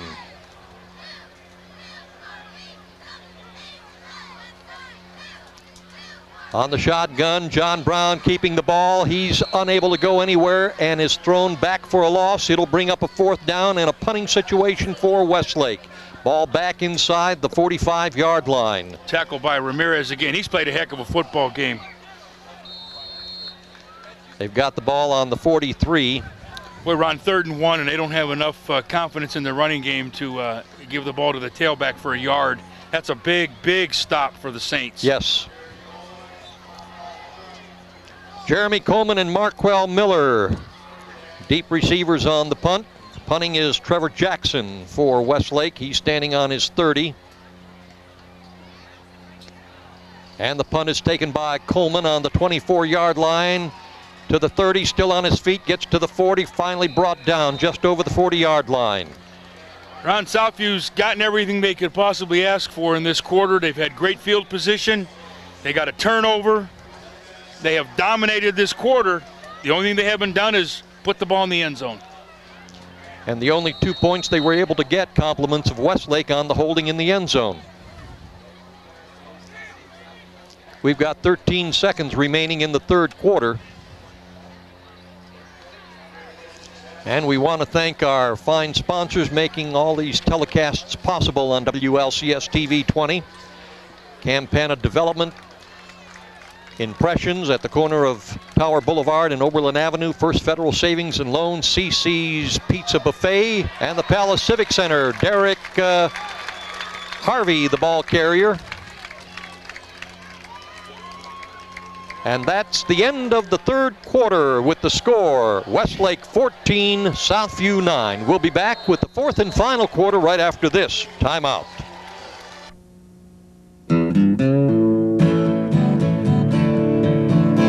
Well, I won't back down. No, I won't back down.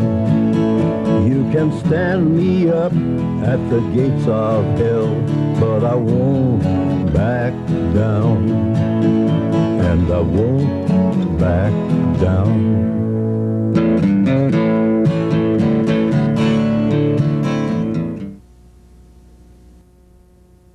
CC's Pizza, all you can eat for only $3.99. CC's Buffet has 16 kinds of great tasting pizza, pasta, salad, and desserts, all you can eat for only $3.99. And CC's was voted #1 for overall customer satisfaction. Best buffet that you can find, lunch and dinner anytime. Let's go to CC's Pizza.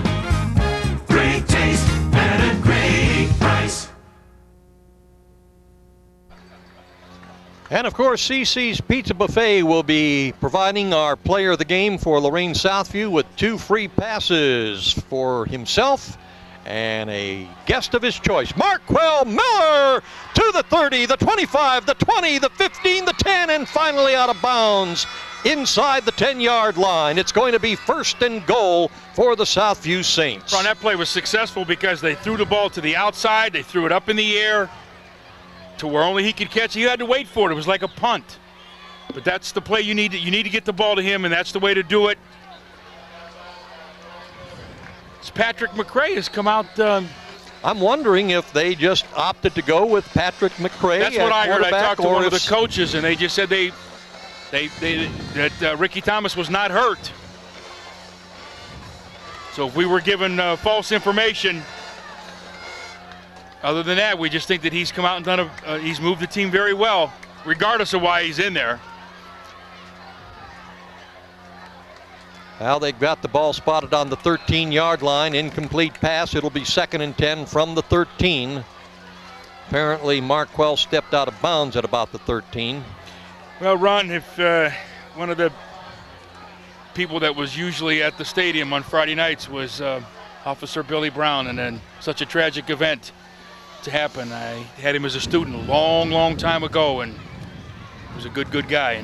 And I had him as a student at Admiral King High School, and everything you have said about Bill Brown certainly can be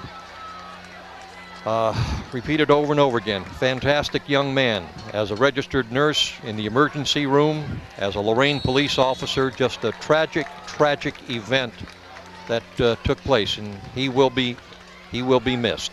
Marquel Miller on the reception inside the 10-yard line to the 8. It'll be 3rd down and 5. 5 yards on the reception. Well, Ron, I'm sure that Southview's looking at this being 4-down territory. A field goal's not going to do them any good. So they need, I would think they better hurry.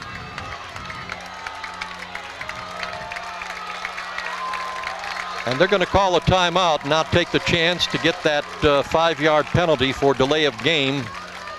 John Brown indicating the timeout. You know, if anything comes out of this tragic event, as you indicated, in the death of Lorain police officer Bill Brown, I certainly hope it will be taken to heart by boaters everywhere, that if they're going to go out there on Lake Erie, man, don't put on the life jackets. Lake Erie is not a body of water to be toyed with. It's not a swimming pool. No, it's not. And there's just, the storms come up very quickly, undercurrents. A lot of things can happen out there.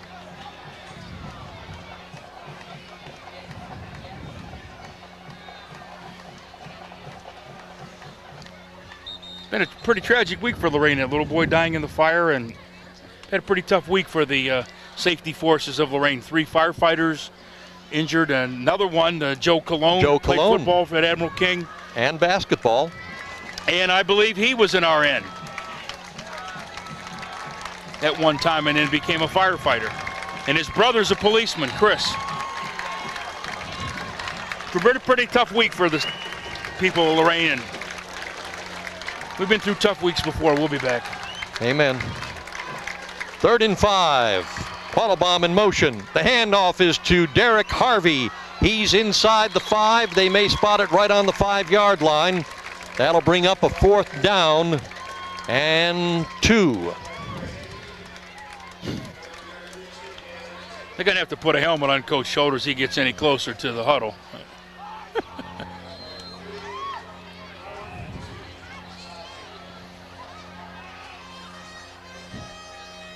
Well, Patrick Mcrae, the quarterback, has gotten the play call from the coaches. And we'll see what happens. A big 4th down and 2 for the Southview Saints. Jeremy Coleman is split wide to the top of the screen. Marquel Miller split to the bottom. And it's a pass to Jeremy Coleman, and you've got the flag. You've got it.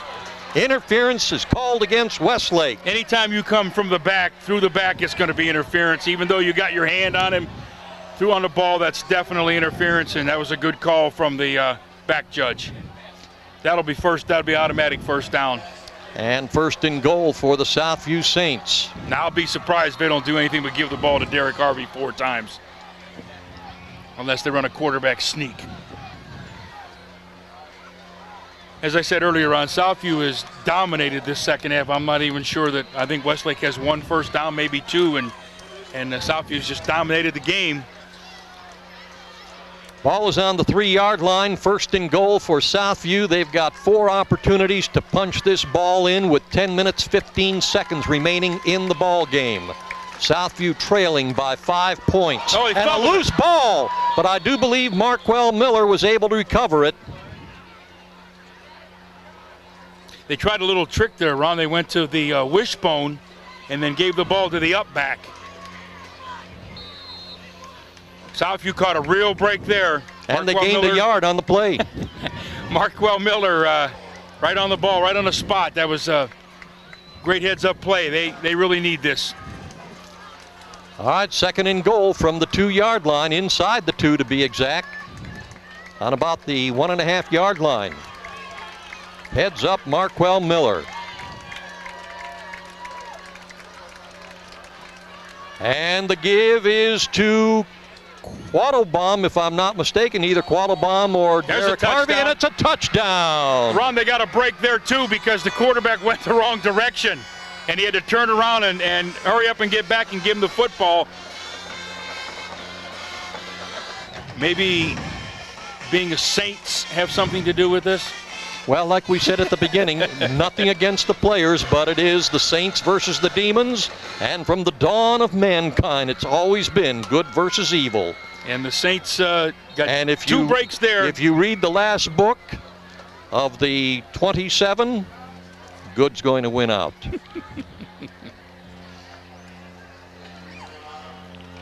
Now, was I mistaken in assuming it was Quattlebaum who took that ball in? I couldn't see it. There were a lot of bodies there.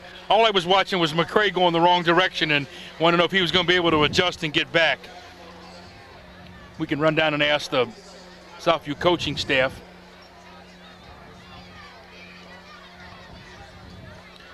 Our producer, director, bus driver, Joe Bach, says that it was. He thinks.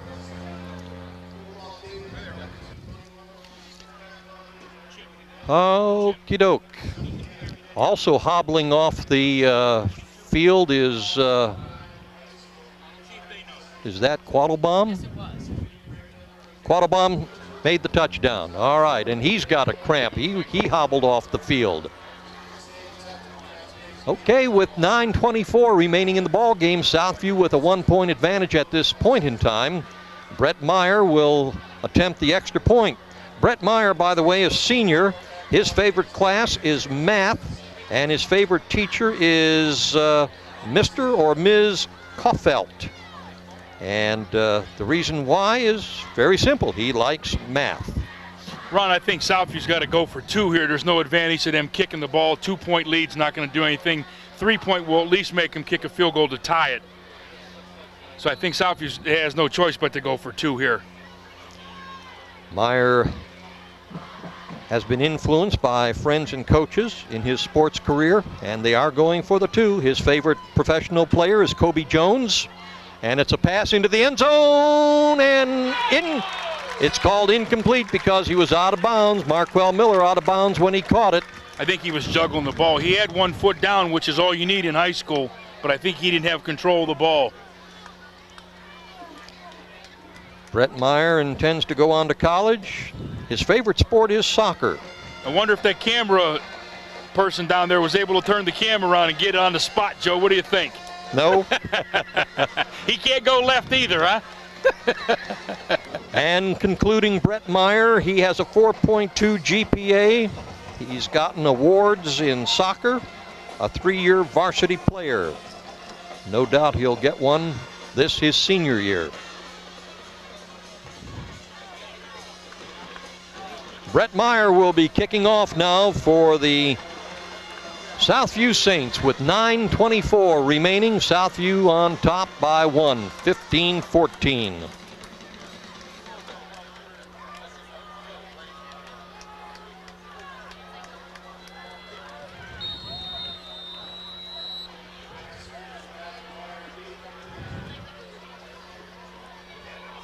Ball taken on a 20-yard line, fumbled momentarily, then picked up by Matt Stricker. It'll be 1st and 10 for the Westlake Demons. The ball on their own 28-yard line. Now, Ron, it'll be a case of whether Southview has enough physical energy left in them to maintain this lead.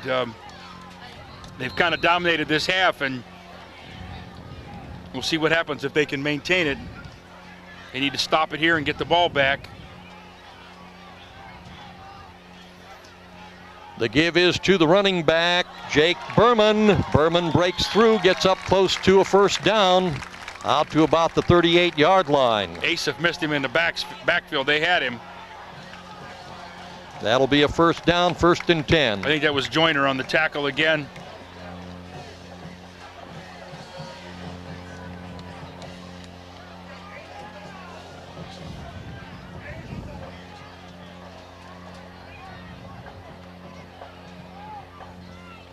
From the shotgun, the give again is to Berman. Berman gets just over the 40-yard line. Juan Williams again, along with Asaph. The defensive ends for Southview are playing great football. They're just coming down hard when they see that running back coming. Gain of a yard, 2nd down and 9.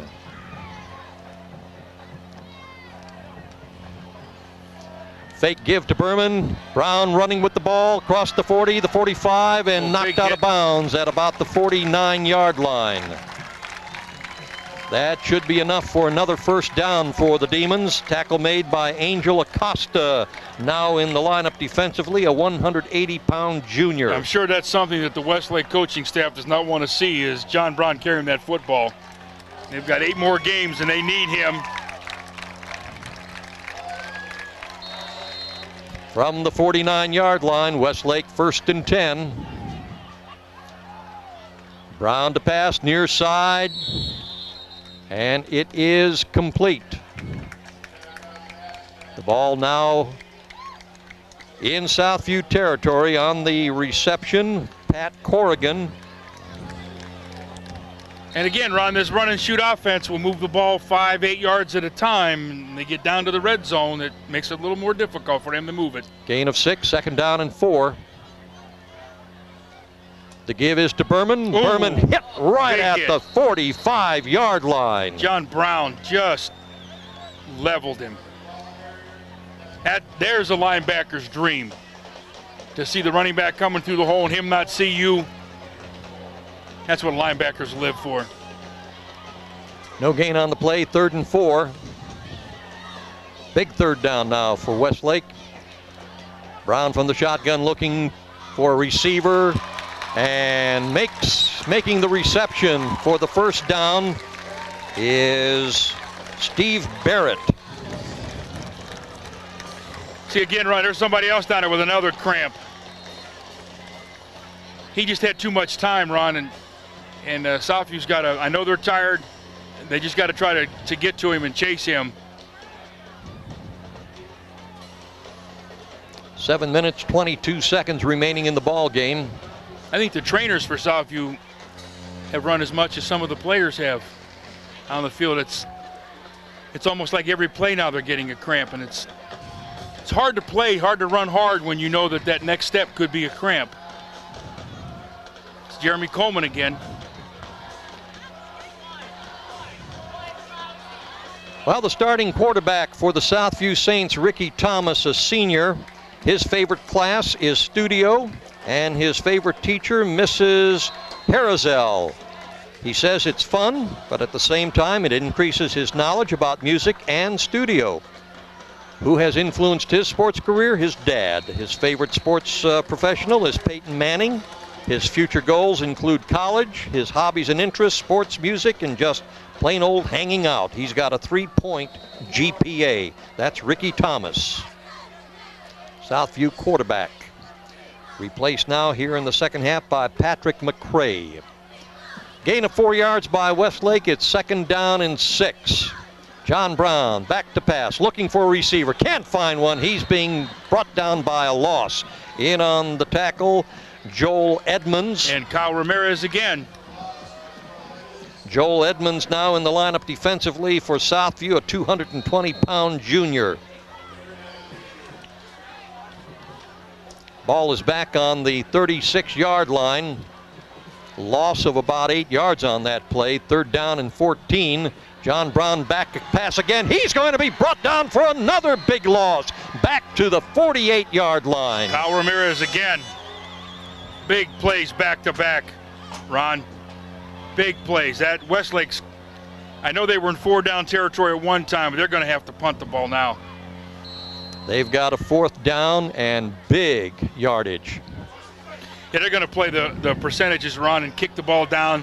Hope they can stop Southview, get the ball back one more time. Southview needs to run about 3 minutes off that clock. Trevor Jackson on the Southview 41-yard line. He'll be doing the punting. High punt taken on the 11 by Southview's Jeremy Coleman to the 20 and brought down on about the 22-yard line. Ron, that's the best they could ask for. They didn't have a roughing penalty, and they didn't turn the ball over. 1st down on the 22.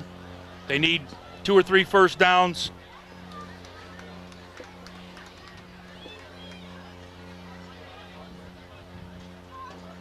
First and 10 for Southview with 5:29 remaining in the ball game.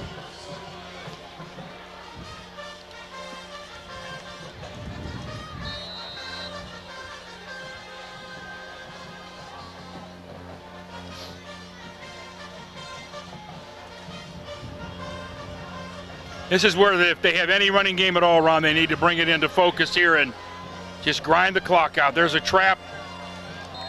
Derek Harvey, the ball carrier. Westlake's just controlling the middle of the field. Gain of about a yard on the play. It's 2nd down and 9. If Southview has a halfback pass in their arsenal, might be a nice time to, because Westlake's looking for the run. What the Saints don't want to do now, Ron, is turn the ball over here. We're down to 5 minutes remaining. Clock continues to run. At least make them punt it and go 60 yards or 70 yards versus 30. Here's where they need to go, is Pitch outside. back to Derek Harvey. Harvey's going to be hit in the backfield for a loss. Now Westlake's going to stop the clock. See, that would... See, Westlake, when you run a run and shoot offense like they do, they can stop the clock by throwing the ball and kill the clock. Then they need to use their timeouts defensively. That timeout there probably saved them 30 seconds at least. And now Southview, if they don't get the first down, they're going to call another timeout, and they'll get the ball with 4 minutes left. Well, when time resumes here at Westlake Stadium, it's going to be 3rd down and 11 for Southview. 4 minutes and 37 seconds remain in the ball game. Reviewing the scoring back in the first quarter, Southview went on the board first on a 68-yard pass play from Ricky Thomas to Marquel Miller with 7:17 remaining. Then with 3:11 remaining in the first quarter, Westlake tied it up on a 5-yard pass play from John Brown to A.J. Tyson. Westlake in the second quarter went ahead when a pass play covering 29 yards. Brown connected with Steve Barrett. Extra points were all good. Kicked by Brett Meyer of Southview and Trevor Jackson of Westlake. In the second half, third quarter, Southview got a safety in the end zone when their defensive player was held. That gave them 2 points. The pass intended for Marquel Miller, and covering on the play for Westlake, Matt Stricker.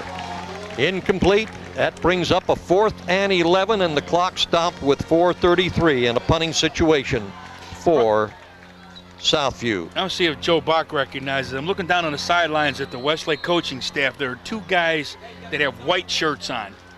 I'm willing to bet that those guys are the coordinators, so the players can easily find them. The rest of the coaches are in green or black. Wonder if that's why they do that. Josh White on the punt, taken on the 47-yard line. Nice tackle. And tackled immediately on the reception. Alan Quattlebaum. That was Nick Kreitzberg. That's a nice breakdown. He held his ground and waited till he made his move, and then he tackled him immediately. Southview needs a stop. Well, they spotted the ball on the 50-yard line. So with 4:23 remaining in the ball game, the Demons have 50 yards to cover if they intend to get into the end zone. Plenty of time to accomplish that task. John Brown handing off to his running back, Jake Berman. Berman gets inside the 40. Ron, Southview had 3 guys go after the quarterback, which left the tailback open to gain a first down. John Brown made the tackle. Ball just inside the 40-yard line. 1st and 10 for Westlake. From the shotgun, John Brown hands it off again to Berman. Berman is tackled from behind, picks up a couple of yards though on the play. Juan Williams crashed again from the defensive end. And I'm sure Westlake's they're not used to playing teams that have defensive ends as quick as Ramirez and Juan Williams, and they're just crashing down, blocking down, and the ends are closing down and making the tackle in the backfield. They need a big stop here, Ron. Again from the shotgun, John Brown. He's going to pass, looking for someone to receive, and in and out of the hands of his intended receiver, older brother Josh Brown. I'm watching the quarterback, and Kyle Ramirez has been chasing him all night. As he ran by him, he threw the ball. He just tapped him on the shoulder and said, nice play, keep coming. And it's like, that's what sportsmanship's all about. Just play hard and come get them. 3rd down and 8 for the Westlake Demons. A big play for them. John Brown again back to pass, looking, and tackled by Joyner, but he gets the pass away, and it is complete. They're short, though. And on the reception, Pat Corrigan. There's a half a step, Ron. They get another half a step sooner, and they've got him for a loss, and he turned that into, well, it was a 8-yard gain, but. 4th and 1 for Westlake. Down to 3 minutes remaining, and we're going to have movement on the line by Westlake's Steve Barrett as he edged forward before the snap. The producer's motioning to me that I'm turning my head to the left. I got to look out the earpiece to see the game. Ball is back now on the 35-yard line. 4th and 6. If Southview's ever going to do it, this is the time. John Brown to pass, looking, and it's intercepted.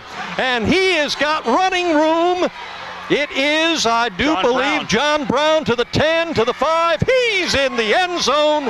No, that is not John Brown. That is Josh White. 33, not 32. Josh White. Oh, we got a penalty. And there is a flag back on the 30, a flag just thrown now on the 35. That's probably, I don't know what they would have called back here. I thought maybe it would have been a celebration, but they don't throw him back here. That penalty could be on Brian Joyner.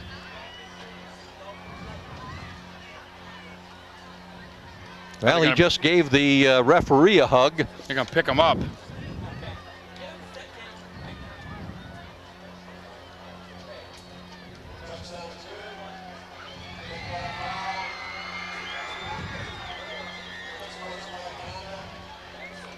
They're going to give him the touchdown and then an unsportsmanlike conduct penalty, so they'll mark it off on the kickoff.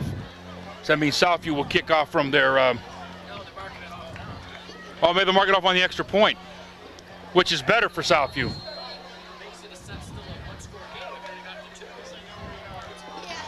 Yeah, but they're. If you're going to assess the penalty, I'd rather see it on the extra point. Well, you're right. If they get the extra point, then they take. Well, they got 8. They could. They'd have kicked it, but they ought to have gone for 2. Well, the officials are indicating timeout Southview with 2 minutes and 33 seconds remaining in the ball game. And we'll be back to sort this all out and see what happens on the extra point attempt from the 18-yard line. Back in a moment. 21. Your hometown financial professionals at First Federal Savings of Lorain have dedicated themselves to meeting the financial needs of their customers and surrounding communities. They offer a wide variety of financial investments as well as home mortgages to meet your every need. Loans on boats, cars, mobile homes, and other worthwhile purchases are also available. Whatever your financial need, First Federal Savings of Lorain is ready to help. 7 convenient locations to serve you in Lorain, Huron, Sandusky, Port Clinton, and now at 36690 Detroit Road in Avon. First Federal Savings of Lorain is an equal housing lender and FDIC insured.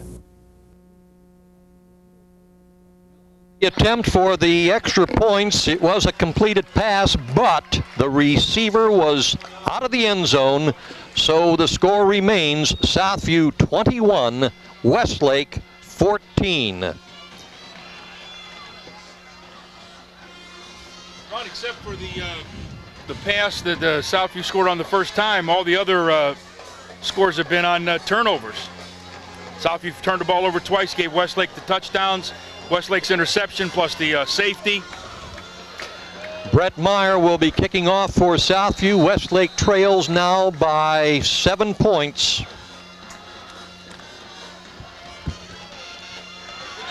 And he's down, picking the kickoff while on the ground, Kyle McGuire.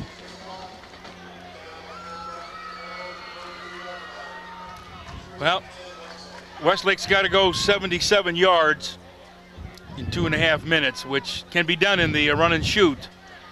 What Southview's got to do, Ron, is just make sure they throw the ball 8, 10, 12 yards at a time. Don't give up anything big.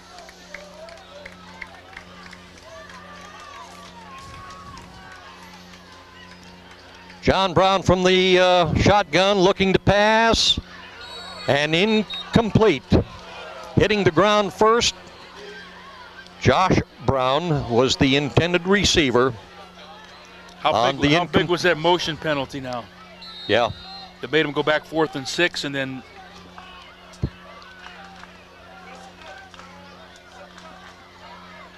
2:28 remaining in the ball game. 2nd down and 10. John Brown looking to pass, going over to the far side, and it's almost intercepted by Jeremy Coleman. It was almost picked off twice. The intended receiver for Westlake, Steve Barrett. That brings up a 3rd and 10. Southview's just playing on sheer guts now. Every play someone's on the ground, just, do I have one more play left in me?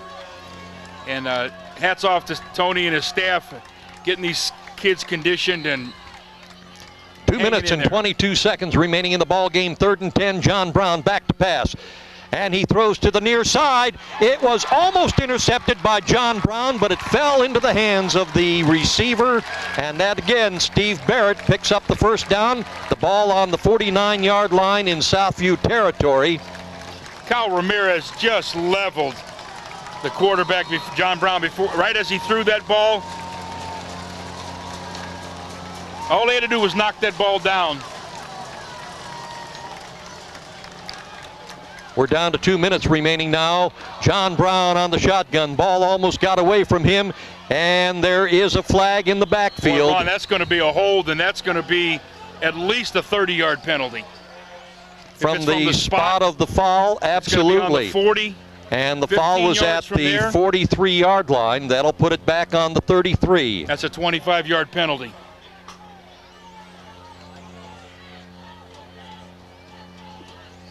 The original line of scrimmage, the Southview 49. The foul, as the official is standing, is on the Westlake 43.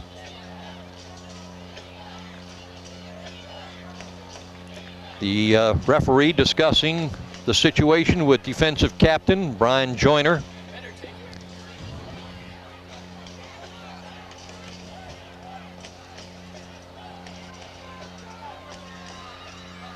And all of a sudden, the stands here at Westlake have gotten very quiet.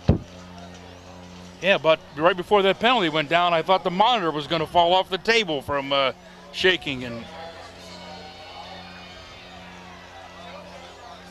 that is a major, major penalty. The ball is back on the Westlake 33-yard line. I would hope that Southview would loosen their defenders up a little bit. Back them up another 10 yards because they got a long way to go and the clock's running. About a 1st and 28. Another flag. Everybody had the snap count but the center.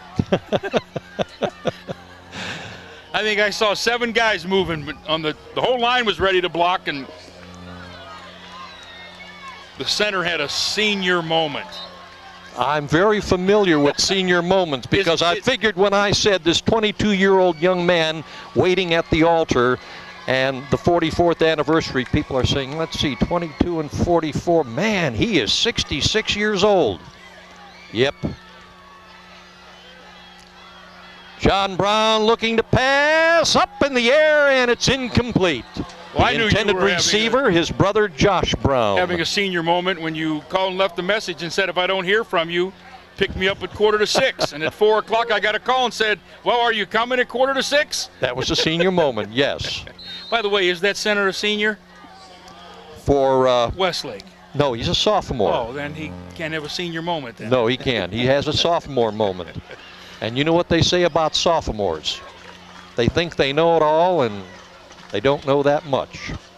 I don't know if that's true with Kyle, but I'm just saying, generally speaking. Intended receiver again, Josh Brown. Incomplete. That brings up a 3rd down. 3rd and 33. Westlake's they're yelling for a timeout.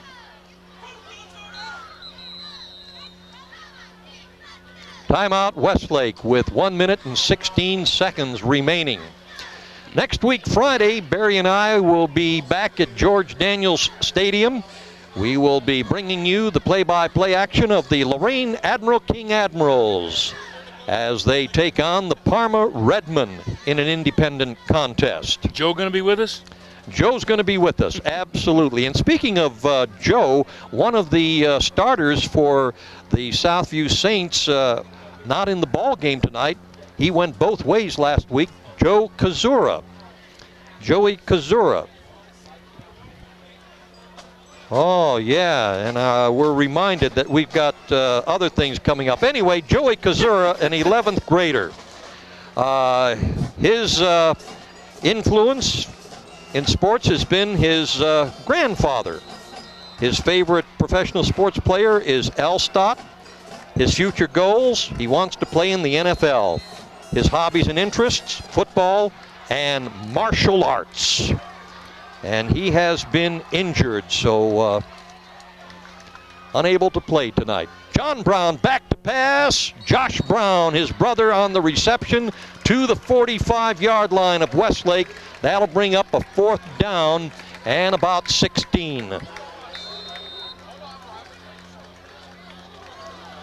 This is the ball game right here, Ron. If the Saints can stop them, they're rushing everybody.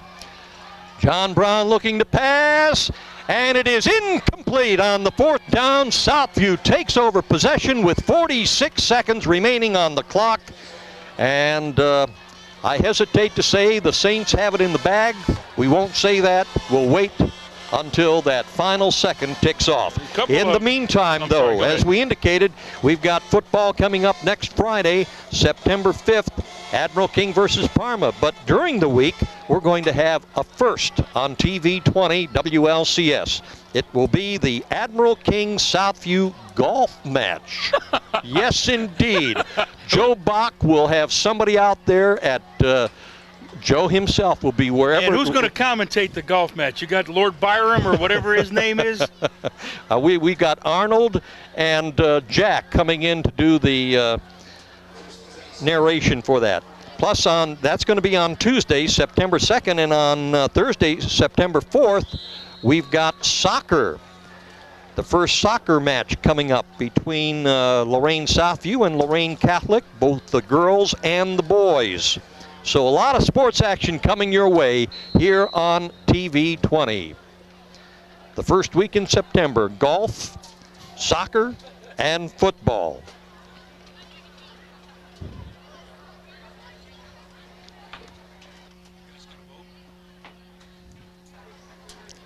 Oh, okay. Second and 11 for Southview, and quarterback Patrick Mcrae again takes the knee. We're down to 2-1, and that is the end of the ball game. Southview victorious tonight by a score of 21-14. Barry and I will be back to wrap it up and pick our player of the game for CC's Pizza Buffet right after this timeout.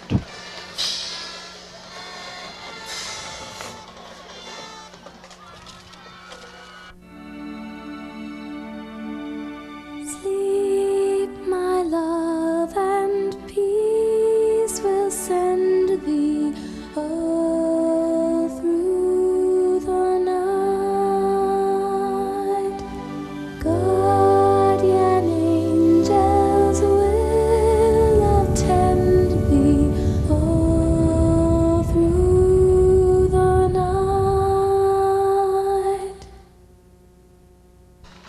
Here at Westlake High School, needless to say, Southview's attempt for another winning season got another boost tonight with a victory last week against Elyria Catholic 14-3. Here it is 21-14 over the Westlake Demons, and the print media both in Lorain and Elyria Barry picked Westlake to win this ball game tonight by virtue of a lot of reasons, and reasons that we talked about at the beginning before the game started and throughout the game. Yet these gutsy Lorain Southview Saints got the job done. Ron, they came out in the second half and just dominated the game, and their players were just playing, like you said, on sheer guts.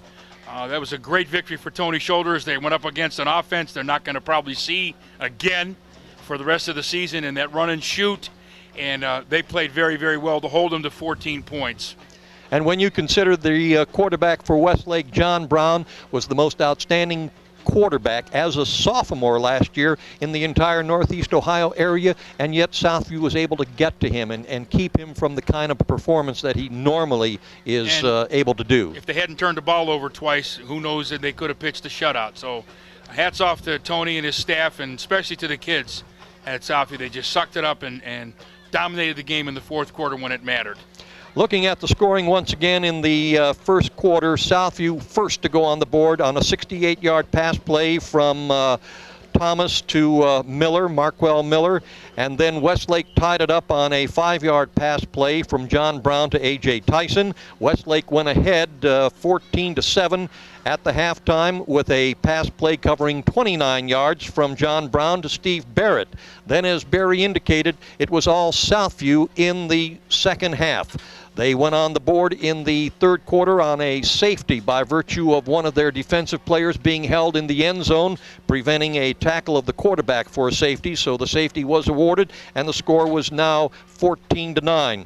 Then a pass or a 2-yard run by Alan Quattlebaum in the fourth quarter put Southview ahead 15-14, and the interception by Josh White, which covered over 50 yards, really put the icing on the cake, and it was Southview 21, Westlake 14, and the defense just hung in there and did a superb job, as they've done all night long.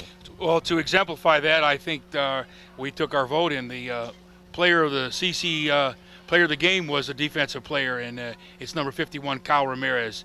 He just, all night, he chased John Brown and put pressure on him, tackled the ball carrier on the close downs. Kyle Ramirez played a great, great football game. So Kyle Ramirez will get 2 free passes to attend CC's Pizza Buffet with a guest of his choice and just chow down, and he certainly deserves that. Well, his dad's a defensive coordinator, but if I were Kyle, I think I would go with my mother. Or a girlfriend. Or a girlfriend. Or a girlfriend, absolutely. All right, the Westlake Demons will be home next week Friday against the Midview Middies.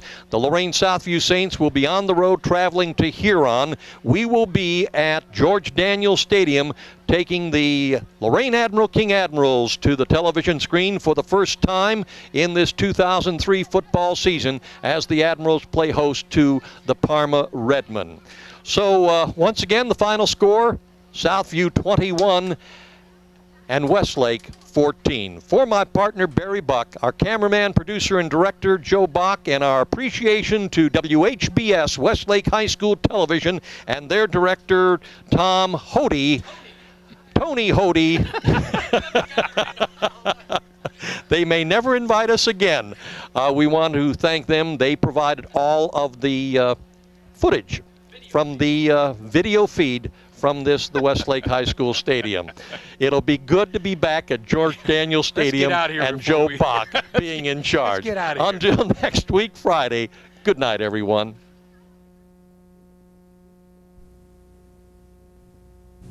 This has been a production of Lorain City Schools TV20 WLCS.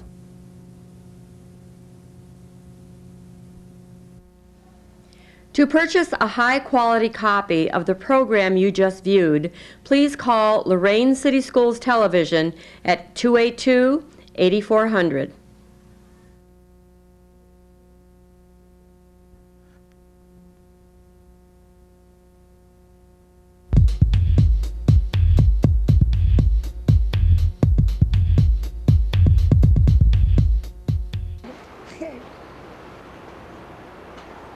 Hey, what's that? Check it out! It's a knife! Cool, let me see. I'm gone. Watch it. You want to get expelled? Hand it back. Chill out. No one saw me. What do you plan on doing with it anyway? I'll turn it into the principal or some other responsible adult. Are you crazy? This is a nice knife. They'll only keep it. Haven't you heard of the school district zero tolerance policy? What does that mean? Zero tolerance for what? For weapons. Zero tolerance means that any student that brings a knife or gun on school property will be expelled from school for up to a whole year. Here, you take it. I can't afford to lose a year of school.